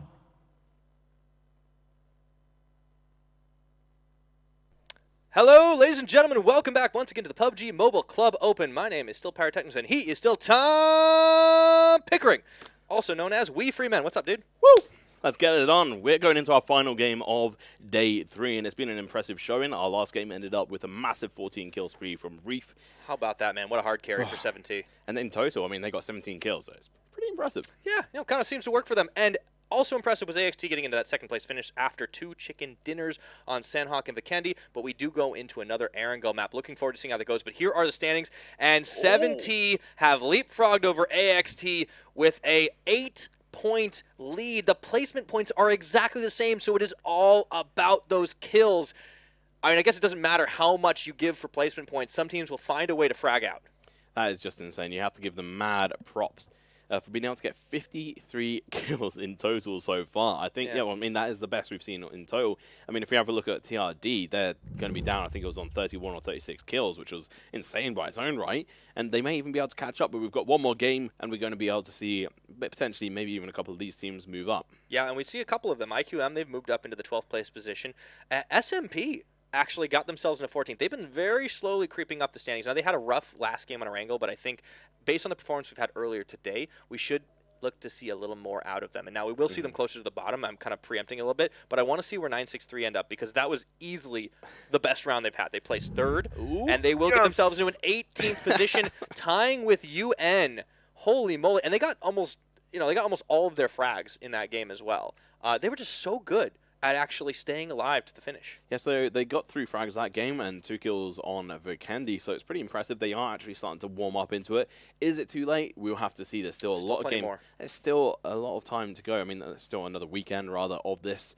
I think they will be still playing quite a few different games than that one, so we will see. But we'll go moving down our leaderboard. We are going to be seeing a lot of teams still not really doing much. RBK haven't played any games today. Yeah, this is actually none of the teams that are currently playing today. Yeah, so we're actually fairly sorted. So we're actually seeing quite positive movement for a lot of these teams, as can be expected. But nonetheless, been a pretty interesting day. Yeah, I think that last game, I'm just going to go out on a limb and say it, I think that was the best quality PUBG Mobile match we've had here in the MEA region so far. Now, it is only 3 days into the competition, so, I mean, obviously that has plenty of chances to change. But I do think TRD looks like so far in a way the most dominant team in their group. However, 7T have a clutch factor, and also AXT are incredibly impressive. Now, if you did miss some of the matches before, especially with the likes of The Real Deal, you can, of course, always find all of the information, VODs, as well as standings and the player rosters located over at our website. It is clubopen.pubgmobile.com. Yep, and I mean, there's so much information to be able to take in that you may not want to just listen to it from us. You may want to watch some more of the videos back alongside the stand-in. So you can get that information over at our YouTube channels, youtube.com/PUBGMOBILE esports. And of course, after you hit that subscribe button, make sure you ding-dong the bell, get those notifications so you do not miss a moment of any of the action here at the Club Open. Stole my line. Classic Devon. I was stealing going my for ding it. dong. It was my last chance of the day, so I was going for it. Hey, ring your shame bell all you want. I'll ring it right back at you, my friend. Okay. Do you have one? I was going to say, I'm really impressed, actually. I wish I had a bell. That would be quite funny, but maybe next time. We'll see. But returning into Erangel, we're going to have the plane coming down from Stalba all the way down to Primorsk, and it's going to allow teams to... Yeah.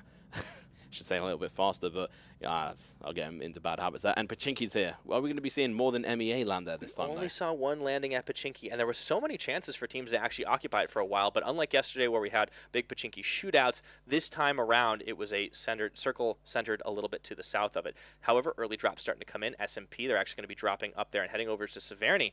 And looks like Rush to Crush might be thinking about heading out there, but they have not had the best of luck at holding compounds against other teams. Yeah, so I don't think we're going to be seeing many players go over towards military. May well get one or two when they sort of goes lower down. I think it was VW who they headed over there last time. And then Nox kind of took the longest road trip ever. They took the boat all the way around from Lipovka, I believe, and then came all the way onto the south end of the island as the circle had moved north.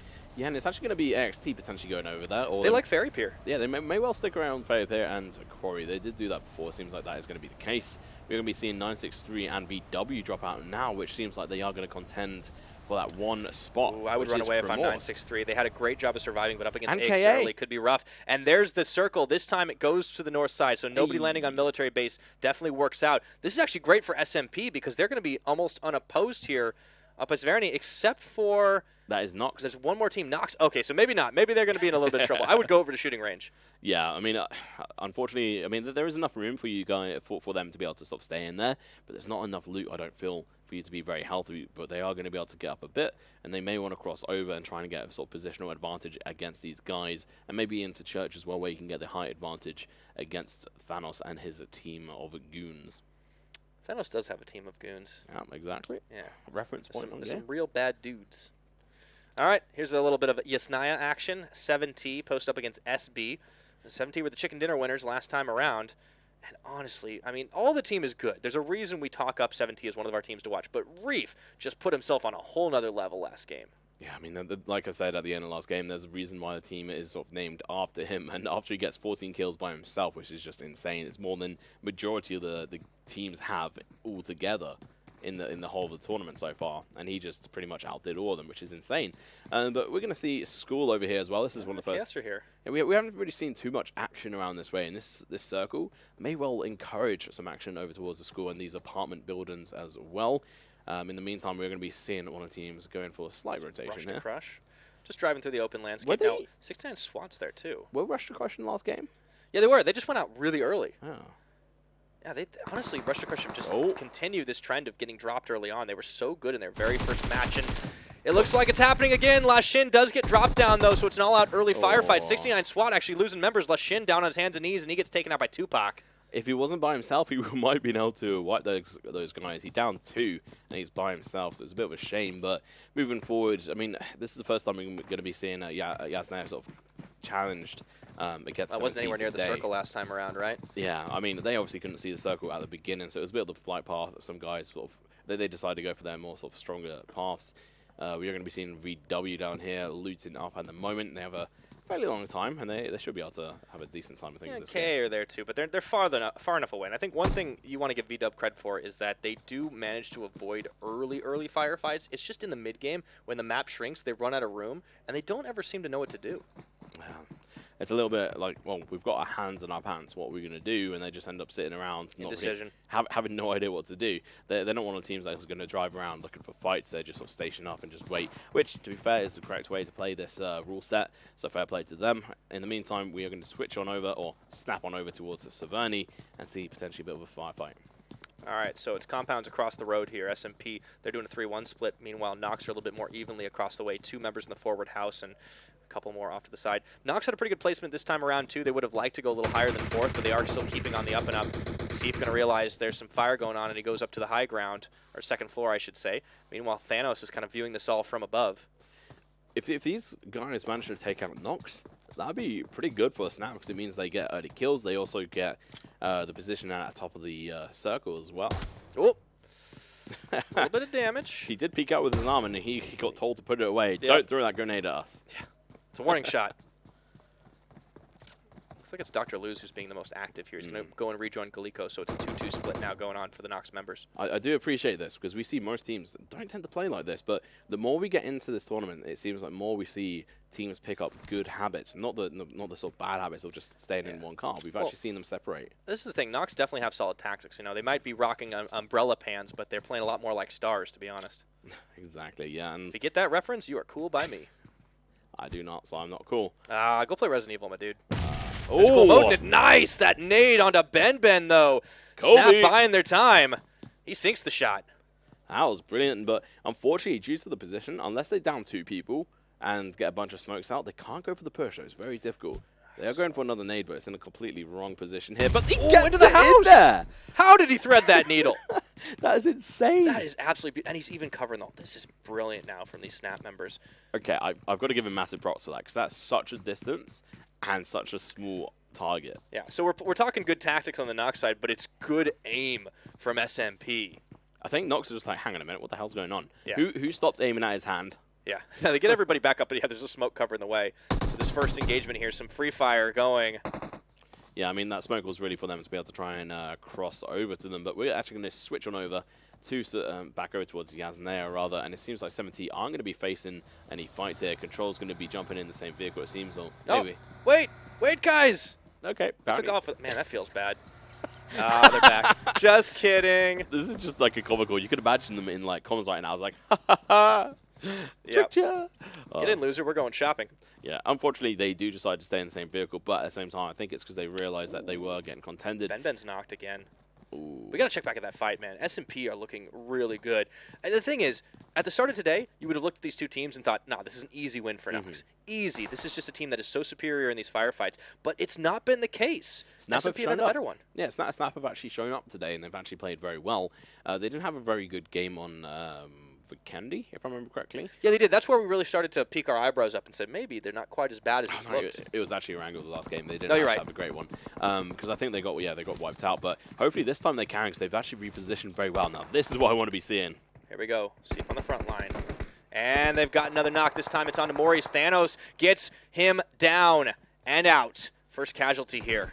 Now, Dr. Luz has got the DP 28, so he's going to be able to hold down the fort against these guys who are over towards the farm building, the barn, and they're going to be going in for the cross. Running, though. Oh, boy, he's going to get lit up, and Dr. Luz gets some revenge onto Snap. Oh, boy. Well, he's out of there. It's too bad he didn't have himself an Infinity Gauntlet. Yeah, and Seif is actually going to be missing a lot of shots here, just hitting the wall, and then he's going to have his teammate cross on over to him momentarily. Meanwhile, AXT are in a firefight with KS. We don't see that one on the screen there, but it's a couple of blows traded back and forth. So we sort of take a little bit of a slowdown here. Yeah. These a little guys calm before the action. Before the storm, as it were. Or well, the storm is Ooh. all the way off in the distance. But look at this, actually. It's going to be the guys pushing against... Seif just knows. He's got to get the heck out of there. He's like, wait a minute. We're down to 3. It's a 3v3 fight, in all fairness. Maurice is already out of there, and so is Thanos, but Seif is all by his lonesome for the time being while all 3 of Nox are pushed together. This actually did prove like good communication, and he tries to get the shot out, and he's using the barrel here, not the AK, and he's trying to get his hits in. He's down by Galiko, though, meanwhile. Oh, boy, trying to play over the cover. This is such a tense one right now. Seif doesn't have anywhere to go. Trying to back up and away and rejoin his team, but he's not being allowed to by Nox. And they're just firing through.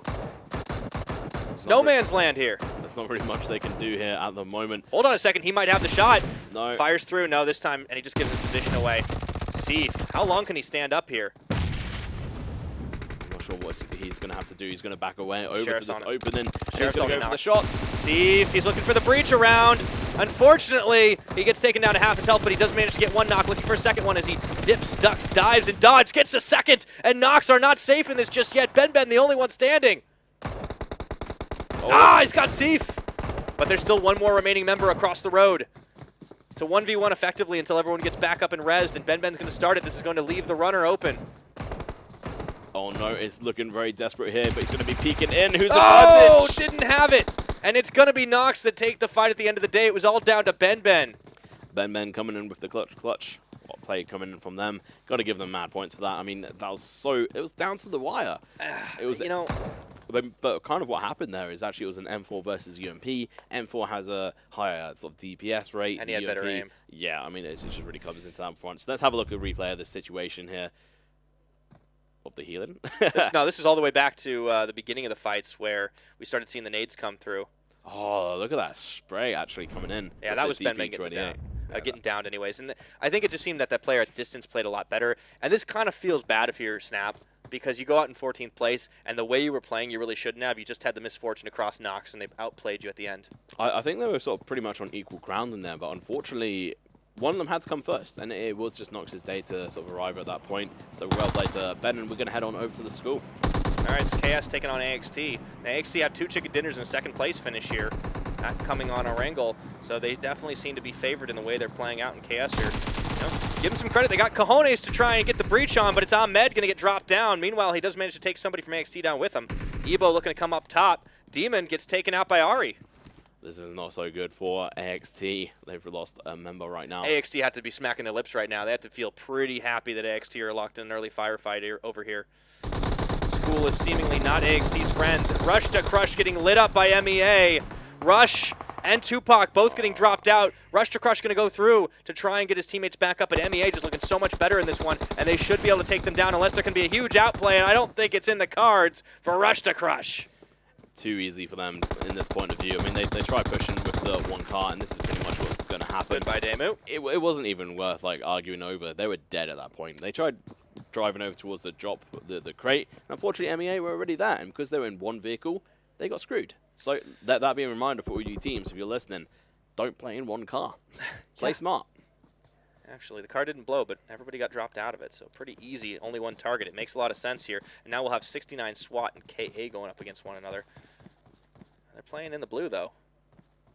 Yes, they will all slowly be taking ticks of damage every so often here, which is going to slowly wear them down, and they have to be very careful.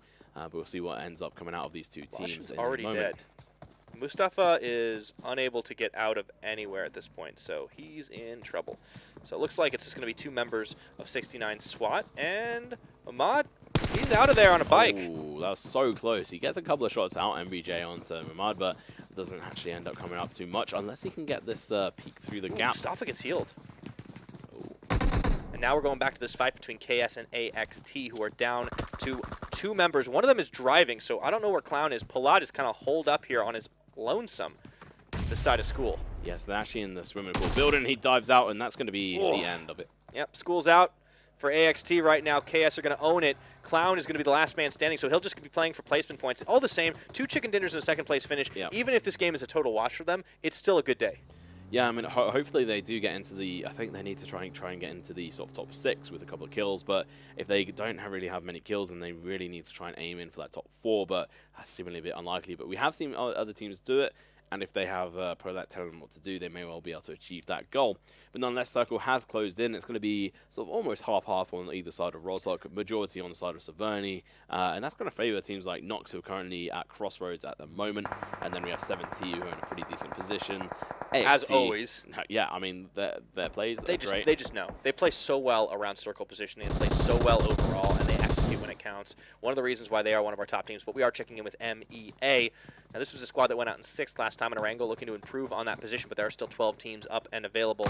And they don't yet have a frag, but what they do have is a pretty solid position in these 2 compounds. Yeah, I mean, they can actually take quite a few shots at different people. They're on the side of the river with the majority of land, so it gives them an opportunity to be able to shoot at people who do rotate on over to them. And talking of which, we are going to be seeing 963 still alive. The underdogs really performed last time around with that 3rd place finish. And so 7T are actually going to be fighting against MEA, so it's pretty much the top and bottom. Top dogs versus the bottom dogs here of MEA. No one's really hitting many shots though. Guns is taking some pot shots though, unfortunately for him. So while it was long distance, it looks like 963 do lose 1 member. In fact, they lose 2. Unfortunately, they just run into a sniper's nest, it seems, or rather some ARs. Yeah, on he the got run side. over the end, and look at this crash going to be coming in against 7T. Well, that is not the opponent you want to be running anywhere near. Now, they do manage to zoom their way to the opposite side, but not before taking heavy fire. You got to hand it to 963. They are never afraid to just hit the go switch. Absolutely nuts coming out from them. Chaos still hiding in school right now. They have spotted out VW. That's Dr. Aluz. Nox running an early firefight here, and it looks like it's going to be TUB just playing some vehicles. Oh. Is this PUBG Mobile or Grand Theft Auto? Seems like it's Grand Theft Auto. They're trying to prove us wrong with just driving with all 4 members in their car, and it's just a gun show. This is not something you see at all. Yeah, we really don't see that very often. Yeah, no, this is insane. That's the second time we've seen it, because they did that to 963, knocked out one of the players, and then ran him over, which was pretty hilarious to see. And then they're still alive at this point with all 4 members in their car, especially considering they drove so close to 7T. But MEA still in the same position, 7T across the way in the 2 buildings, and then we've got the care package over here next to IQM. Yeah, IQM actually dead center of the circle right now, and there's nobody around them. In fact, they're going to be within this next circle here. Clown has found himself a care package, but that one has already been opened, so I think it's been there for a little while. So the hillside that, actually Mustafa, they are potentially going to be playing up against these guys. They're pushing. MEA starting on the fight, but they're pushing into 7T. A dangerous prospect at the best of times. That was, yeah, so it was actually 69 squad who are going up against them. MEA are in the same position, so they're actually taking shots onto 69 SWAT and getting the knocks here and potentially finishes. 7T could actually push up into this hillside, which is actually one of the better positions. 69 SWAT have really only had one good game today, and that was on Vikendi, where they ended up getting into the 3rd place position. Right now, they're kind of looking a little bit more like cannon fodder. Indeed, yeah, they've not really had the best of games. VW, though, looking to try and have a bit of a better game this time round. Well, they're still healthy. Yeah, driving away from school. They're going to be well, this summer. Exactly. It's got to be a good feeling for sure, but they've done their best to avoid all of the opposition. 69 SWAT, only down to 1 player remaining. SB, they've had a very quiet round over here on Rosshawk.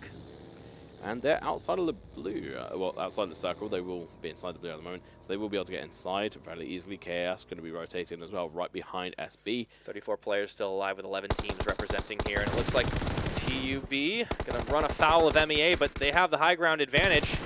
Apparently that's not going to be enough. Yeah, I don't know if MEA really care about that. They didn't see Star Wars. Ooh, that grenade was fairly decent, but right inside the house. He got it. They do get it down. Nicely done. Oh, who needs a high ground? And VW are coming in just to throw some chaos, a spanner in the works here. And it's going to be a 3-team all-out brawl right now. And while VW are running interference, it looks like MEA should be able to take this on the breach. Yeah, MEA should just chuck a couple more grenades in there, which is exactly what they're looking to do. Clown is just watching this unfold, by the way. The last remaining member of AXT just kind of laughing to himself. He's like, what are these guys doing? They're clowning around, which is still a strange situation, but we're going to potentially see actually TUV going out here. VW did a solid for MEA. Oh, definitely. They just ran in there and tanked everything, and MEA just basically get a free breach right now. It's only 1 member remaining, and he's going to get pretty easily taken out of that. So TUB meet their fate inside the house they were holed up in. Yeah, just to say on that one as well, they actually finished off the down player first and then killed the last player 6-1 of TUB. So instead of just getting 1 kill, they do actually get 2 kills because they didn't down that player in the first place. So that's actually quite important to note because every kill counts for these guys because they've got quite a long way to go. Do VW still have a player up? Looking at the minimap right now. I think they do, yeah. 3 should be VW if I'm right in saying. Somehow. Some way. He got We'll have to check. We'll have to check on that one because we do know AXT still have Clown up and available. There's a handful of teams that are still sitting there with just 1 playing for the position only. 963 still have 3 players healthy. Yeah. So see if they can last a little longer. SB, they have everybody. They haven't actually ran into a fight so far. Very quiet game for the SB boys. Yeah, it looks like they are right next in 963, which most people are happy to do so. Up until last game, 963 weren't really much of a team to be afraid of. But last game, they did manage to pick up 3 kills and also hold their position very well. Stepping up they on did a lot of damage, to be fair. Yeah, and 963 had had such a rough tournament up until that point. They were not able to find a single kill up until the round preceding it. And it just always been knocked out early, but not for lack of trying. Yeah. They did play with so much heart. It's good to see it finally paying some dividends off. Now, question is, can they come in and outplay SB, who I'm pretty sure have been one of the teams that's been knocking them about earlier on? And look at this new circle. Going to favor SB pretty heavily, actually. Yeah, I mean, MEA are still in here. 70 are going to have to rotate on down over to them. That's a lot of smokes. Yeah, I mean, they just want to push on over. SB want to take that building. They need some hard cover. And they found 1 down onto Yasnaya. Did they have more in the tank here? It's just a heavy, heavy round. SB not taking any return damage here as 963 are just playing the defense game. Yeah, they're going to be able to get a couple of grenades off it. Oh boy, that's dead center. Oh my god. Back away, 963. They're trying for it, dodging. There's so many nades coming their way. If they could outplay, this would be an absolute miracle here. But on the peak, SB just looks so much better. It's a 1-for-1 trade. However, BCL is able to come up with one. That's insane. BCL. Here's Azrael. On the. Oh man, he still gets the down. Just firing it out. Hip fire on those SMGs. Just there, right at the moment, just hiding behind this car. Just Lorenz, I think, is the only one that actually is back, is off. No, he's on his knees too. It is Yes9 is the only one. I think this is where 963 ended, unfortunately. They're going to get wiped off the map and SB take their house. So we're going to be seeing KA rotate on up over towards the fight as well. They can hear all the shots, but they can't see anything. MEA, they take out SB in kind. I think that's actually everybody. No, there's still 2 more left, excuse me. MEA were just taking shots from the distance. And it's Clown. Look at where he's coming up, just keeping out of sight, out of mind. Yeah, so it was actually, so VW did go out in that fight earlier on, and now 7T are going to be joining in with MEA, trying to fight for that position. Abbas does manage to get a good nade here, and I think 7T might have seen it a little bit too late.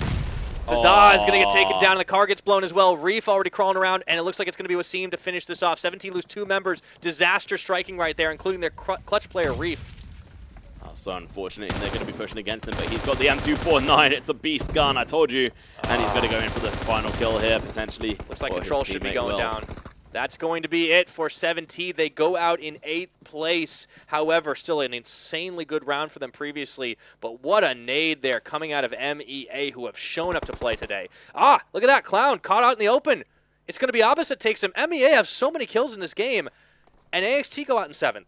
It's insane. This is the best performance we've seen from them altogether. I did see potential in them in the first games, but they then dropped off the face of the map. But today, they are back, and it seems like they may well be able to get a couple of kills in this, and maybe even a couple of positions as well. It shows that VW's sacrifice was not in vain there. MEA said, thank you so much. We're going to do everything we can to step it up here. One team we haven't talked about is KA, sitting here on 2 members. They're just right off to the edge of the circle, but they will have to move in. Oh, they have 3 now, actually. And there is still 1 member. It's IQM's Mustafa that's still alive.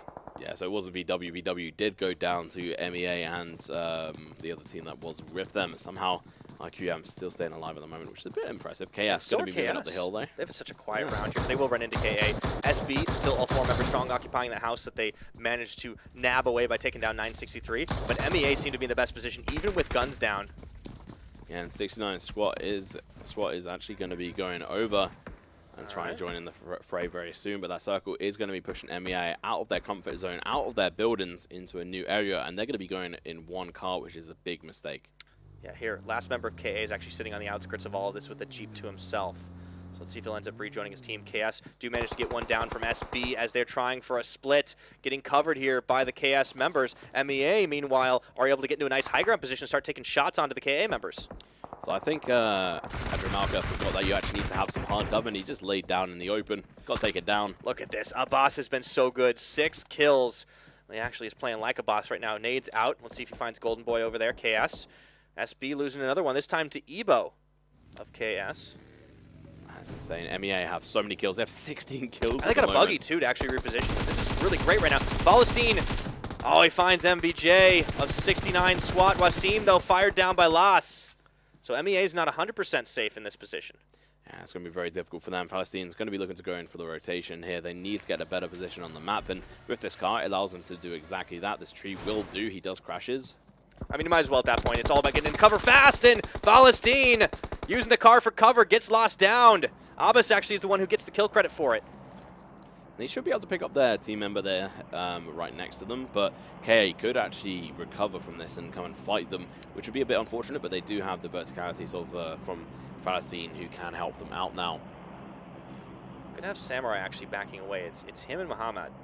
Yeah, he's trying to use that vehicle as cover so he doesn't get spotted, but they are now going to go in for the peak, and they have the height advantage. Look at Abbas and Wasim creeping around the side on the low ground. Samurai, meanwhile, using this blown car for cover. Molotov going in. Abbas. Oh no. He falls down. You hate to see that for sure, but he can rejoin his team pretty safely. Wasim, meanwhile, is going to open fire up into Muhammad. Into the tree he goes. It looks like Ebo's going to get 1 down, though. Meanwhile, while it's happening. And this final circle looking pretty spicy. Muhammad's down. It's Abbas. Ahmed actually ends up getting one of the kill credits for that. No, it's Wasim who picks it up, and he also gets Mohamed. So down in 4th place is going to be KA, courtesy of MEA, but KS says, thank you very much. That opens it up for us to fire on you. I think MEA might even have 19 kills now, which is just crazy. They're trying to top the 20-kill top mark that we have had previously. They've actually got 20 kills. This is insane. You gotta be kidding me. And if they can get a chicken dinner, that's insane. Our record is 50 points, 30 for placement, and a 20-kill spread covered by the real deal on our day 1. Yeah, they are going to be able to loot up from these bodies as well. So it may well be pretty decent for them. Mustafa is actually laying down. It's just a little bit of an observer bug there. I don't think they know that he's there. No, KS are potentially going to get backstabbed here. And the circle is in KS's favor, so they're not going to... They potentially might not even check behind them here. So Mustafa could stay alive until a 1v4. Not the first time we've seen IQM do this. Last time it was with Tomb, but Mustafa seeing if he can really follow up that performance right now. It is a 1v4v3, but there is that X factor with Mustafa. Let's see what he can get done here as MEA are forced to move first due to the circle closing on them. Yeah, and it's not going to be a good time, but Palestine is going to rotate on over to his teammates, and it's actually going to be right over towards Palestine, so not careful. And he's going to get dropped down. Ebo had the sights on him, true. A little bit unfortunate there for Palestine as he was just a little too fast. Wasim going to go creep crawling through, see if he can get a good position, but Ari might see him. Ebo's backed away as well. This is tough here. Ari is actually going to get dropped down by Abbas. Wasim, he'll get the finishing kill, but he gets knocked in kind. Ebo gets Wasim down. This is just so unfortunate. They're so close to each other. And look at Mustafa biding his time. He's just waiting. Who's going to bump into him first? It may even be Abbas. He may actually accidentally bump into the one solo member. All right, snake boat engaged here. I didn't realize Everybody's we were moving about. Wasim gets finished off by Golden Boy. Abbas opens fire, but he doesn't quite find his mark. A few shots is all he gets. Looking over to get to the tree where Palestine is. Needs to get his teammate up. It's a 2v3 situation, but Mustafa is still in the mix here. And Ebo getting one down, getting two, and it looks like that will be it for MEA going out in 3rd place. And now they're wondering, where the heck is Mustafa? He is a one-man army. Can he do anything here? He's laying in the grass like a snake. And now they're going to be all around him. Okay, does not want to give his position away. You got to think this is heavily favored for KS. The best chance they've had at taking a chicken dinner here. Look at those boxes. They've got clowns on them. Yeah. That is crazy. Look at this Molotov, though. Going out. He's giving away his position. Now Ahmed's moved. Ahmed's going to be taking a couple of shots, but the return into the smoke. This is actually helping Mustafa right now. They don't know exactly where he is. He's got a silencer on, it seems. He's going to be taking a couple of shots here. Oh, you've got to be kidding me right now. This is such a tense moment. They're just blind firing, hoping that they found the spot for him right now, and he can just stay still as he possibly can. KA looking to get an angle around the side. Here's Golden Boy, but he gets knocked down. Mustafa still in this one. They're not finding him. They've got Stormtrooper syndrome. Are you kidding me? It's a 1v1 now. He's going to be able to look to take on the final one. Ahmed takes a couple of shots, gives away his position. Mustafa has it all to lose. He could easily 1v3 this situation from Snake to Hero. The painkillers coming in from Ahmed. Man, if Mustafa gets this one, this is even more legendary than what Tomb was doing earlier on. It's up there with 7T's play. Maybe not as many players, but still to do this while everyone is all around you. Mustafa's going to try to get the kill credit so he gets a few extra points for his team. It's actually IBO getting in the information for Ahmed, so Ahmed knows exactly what to do and how to position himself. This is good team play coming in from KS. You got to, as long as you're down. But can Ahmed squeeze the shot off? Get Mustafa. He's crawling to the side. It looks like he's got Ebo finished off. Ahmed, though, going to start laying down the fire, but he still doesn't find his mark. He gives away his position, and I think he's going to have to move first. And the grenade is going to go out to Ahmed. Ahmed's going to have to stand and run, I think. Oh, it's a flashbang. Yeah, flashbang. Okay, we got a little debated on that one, but Ahmed still moving right now. Full clip in his gun. If he stands, though, Mustafa should have the angle on him. Ahmed has the advantage. Mustafa's going to have to crest this hill, which is not going to be so great, if I'm right in saying. So Ahmed just needs to watch and wait. Sneaky Snake has to come to him. This is so tense, though. Yeah, Mustafa, we're all hoping he can get it. The blue's about to touch him, though. If that blue touches him It's on Ahmed as well. He's got it. Oh, boy. Here's the view from above. He's found a brush that he can line of sight hide between, but now he's actually had to move a little bit more out into the open, but he's still a little bit on the low ground. Ahmed does not quite see him as he creepy crawls around. Oh, he might even be able to get a grenade from here. He's going to be able to pick up a couple of things, and Ahmed, even if he peeks right now, probably won't see him straight off the bat. we rarely see it go to this length of time right now, and it looks like Grenade is primed from Mustafa. Does his aim get just to true? the It's right. just a little bit to the edge, and he's actually going the wrong direction, giving away the position again. Oh, there we go. We do switch on over. So he should be fairly certain now. He should know where Ahmed is. And the blue is starting to pass him by, though. Ahmed has to creep forward. Sooner or later, these two have to meet. Oh no, they're going to be going around to the same side. Any moment, the two snakes are going to be. But I think Ahmed, he's about to get hit by the blue. But so is Mustafa. Much damage. Mustafa, don't get hit by that blue. This can end with an environmental kill. It's got to come down to the gun v gun. Who's going to take it? Will it be KS's? He's seen him. He's seen him. Ahmed or Mustafa from IQM. He stands first. He goes for it. He gets the down. What a clutch from IQM's Mustafa. What an insane play coming out. Once again, 2 games back-to-back, insane plays from the whole day. And you know what? A record was broken as well. 21 kills, if I'm right in saying, coming out from MEA, which is just insane. You can't give them any smack talk for that. No, Massive that was props. insane. And they ended 3rd place, unfortunately, even though all of them doing that heavy lifting there. KS, it looks like, had a lot of kills as well. You could see 9 between them. But Mustafa, it seems like this IQM squad is just a group of solo heroes. You know, they lose members left and right, but all of a sudden somebody steps up and carries, and this time it wasn't just a 3rd place finish. Mustafa manages to nab the chicken dinner and a 1v3 clutch. You can't ask for better than that. No, you can't. He was like, yo, Tome, let me show you up how to do it properly. Goes in, dives right behind KS, and then just like waits around, and then eventually 1v3s clutches it in a massive snake play. That was ridiculous, man. Fantastic plays coming out there. I'm trying to look back and think, like, have we had a performance anywhere like that? And No. No. Not from a solo player, no. No, not at all. He says, hold my M249, I'm going to get this one. It's easy peasy. Well, I mean, I guess technically Reef did 1v... Yeah, no, look, Reef had a better clutch 7 overall, but I feel like positioning and the fact that we expect 7T to be that type of team is a little bit different. Whereas in this case, IQM really snuck their way into the position, and it's the second time we see a solo player do it. We're going to see it in the highlight reel, but let's take a look back at where this all began, because it was 69 SWAT actually, once again, mopping the floor with Rush to Crush, but not without some casualties. Yeah, so he managed to get 2 down, then got down himself, and then we see this awesome fight coming out, and that grenade being perfect onto Ben, the second one coming out, but not doing any damage, but the shots with the DP28 were on point down in Ben, but unfortunately Snap were eventually to be fallen foul to the gun of Dr. Luz here. Yeah, Nox just better tactics. You said it yourself during the outplays, and honestly, Seif did a good job trying to debate and run around the rosy here on these members of Nox, but unfortunately, they just didn't quite have the right angles or the right equipment to really do it. The guns weren't as good at getting the aim on. Here was Seif trying to make that hero play, but Nox just a little bit better, even though they did get a knock there onto Glico. And yeah, you can see actually last player there pick up the UMP, and like I said, it was UMP versus M4, and M4 does trumpet. And here we see Rush the Crush making a massive mess of things to MEA, who are on a massive spree before that point. Actually, I think that was their spree point, and they ended up with 21 kills, which was insane. But AXT just had a terrible game. Yeah, AXT had a bad one, but you can't really take it away from them. 2 chicken dinners and a 2nd place finish before that, so I don't think they'll be too upset with the results. Meanwhile, there was some car warfare here. Nox just finding themselves on the wrong side of this Mafia battle, and it was just absolute carnage out in the open. And later on, some comeuppance would come in as VW came guns a-blazing, body blocked everything, and MEA just said, well, thank you very much. We'll take this house. And speaking of taking houses, SB did just that to 963 with a significantly better breach than we've seen thus far. And it was actually a really good defense from 963. I think the best performance from them in sort of a defensive position. Well, last game was better, I think, just because of placement. But at the same time, I get what you're saying. Yeah. They definitely stepped it up big. And this was our MEA put 7T 6 feet under. It was just so unfortunate from SB. I mean, you could actually see he pushed out a little bit too far there, but this shot's coming out onto the last 69 SWAT player was an easy kill for them, and then we're going to be seeing them coming to fire from KA, which they ended up dealing with fantastically.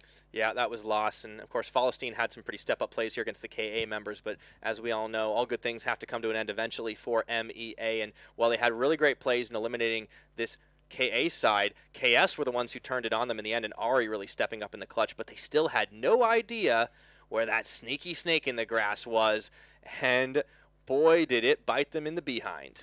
Yeah, and I mean, MEA still doing a fantastic performance here, but they left themselves in the open a little bit too much to KS, and it's going to be their downfall. But it's snake in the grass was a downfall for KS. He's just got bullets raining over his head in 3 different directions here, and he calmly aims. He gets Golden Boy, he gets Evo, and then Ahmed, all of a sudden, you can feel a pin drop, and it's rough.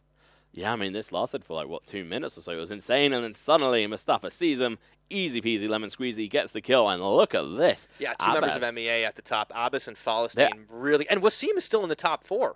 And so is Guns. All their players are in the top 5 here. Yeah, that's insane, actually. That is incredible players coming out from And, of course, MEA. Mustafa cracks into 8th place there just because he gets the 3 kills right at the end. You know, no problem. Just, hey, easy peasy. Got to give props to MEA, though. That was some fantastic plays. I did call them out, and you were like, well, I don't know if they're going to be able to do too much. I mean, they've had bad matches on Erangel. Like, we feel like the well was sort of poisoned earlier on, but here is MEA up against TUB. My God. And it honestly was a pretty wide open one. We thought TUB might do a little bit better this time around, but look at the difference in damage and points and everything. Yeah, I mean, there's even a fair comparison. I mean, 2.9k damage versus 1k. I mean, it's completely different on the other side of the spectrum, and they do end up with 40 points, so 10 less than the majority. Who was it again? Who got the main kills? XT earlier on. Oh, you mean in this map? It was also 69 SWAT. No, yeah. SWAT 69 who managed to get 50 points. And that was in that single Miramar match that they get so much off of it. But here's our head-to-head. We see Guns here just doing so much more work than his opposite number. Not even as much distance covered because they actually had a pretty good circle position, but they ran it all the way to the end. And here was Wasim, one of the other big standout players for MEA. Not a crazy amount of damage difference, though, there. And no, but it only counts if you get the kills. Yeah, no, that is it. You can get a million damage, but you might not get any kills. And then on to the last comparison here, last head-to-head.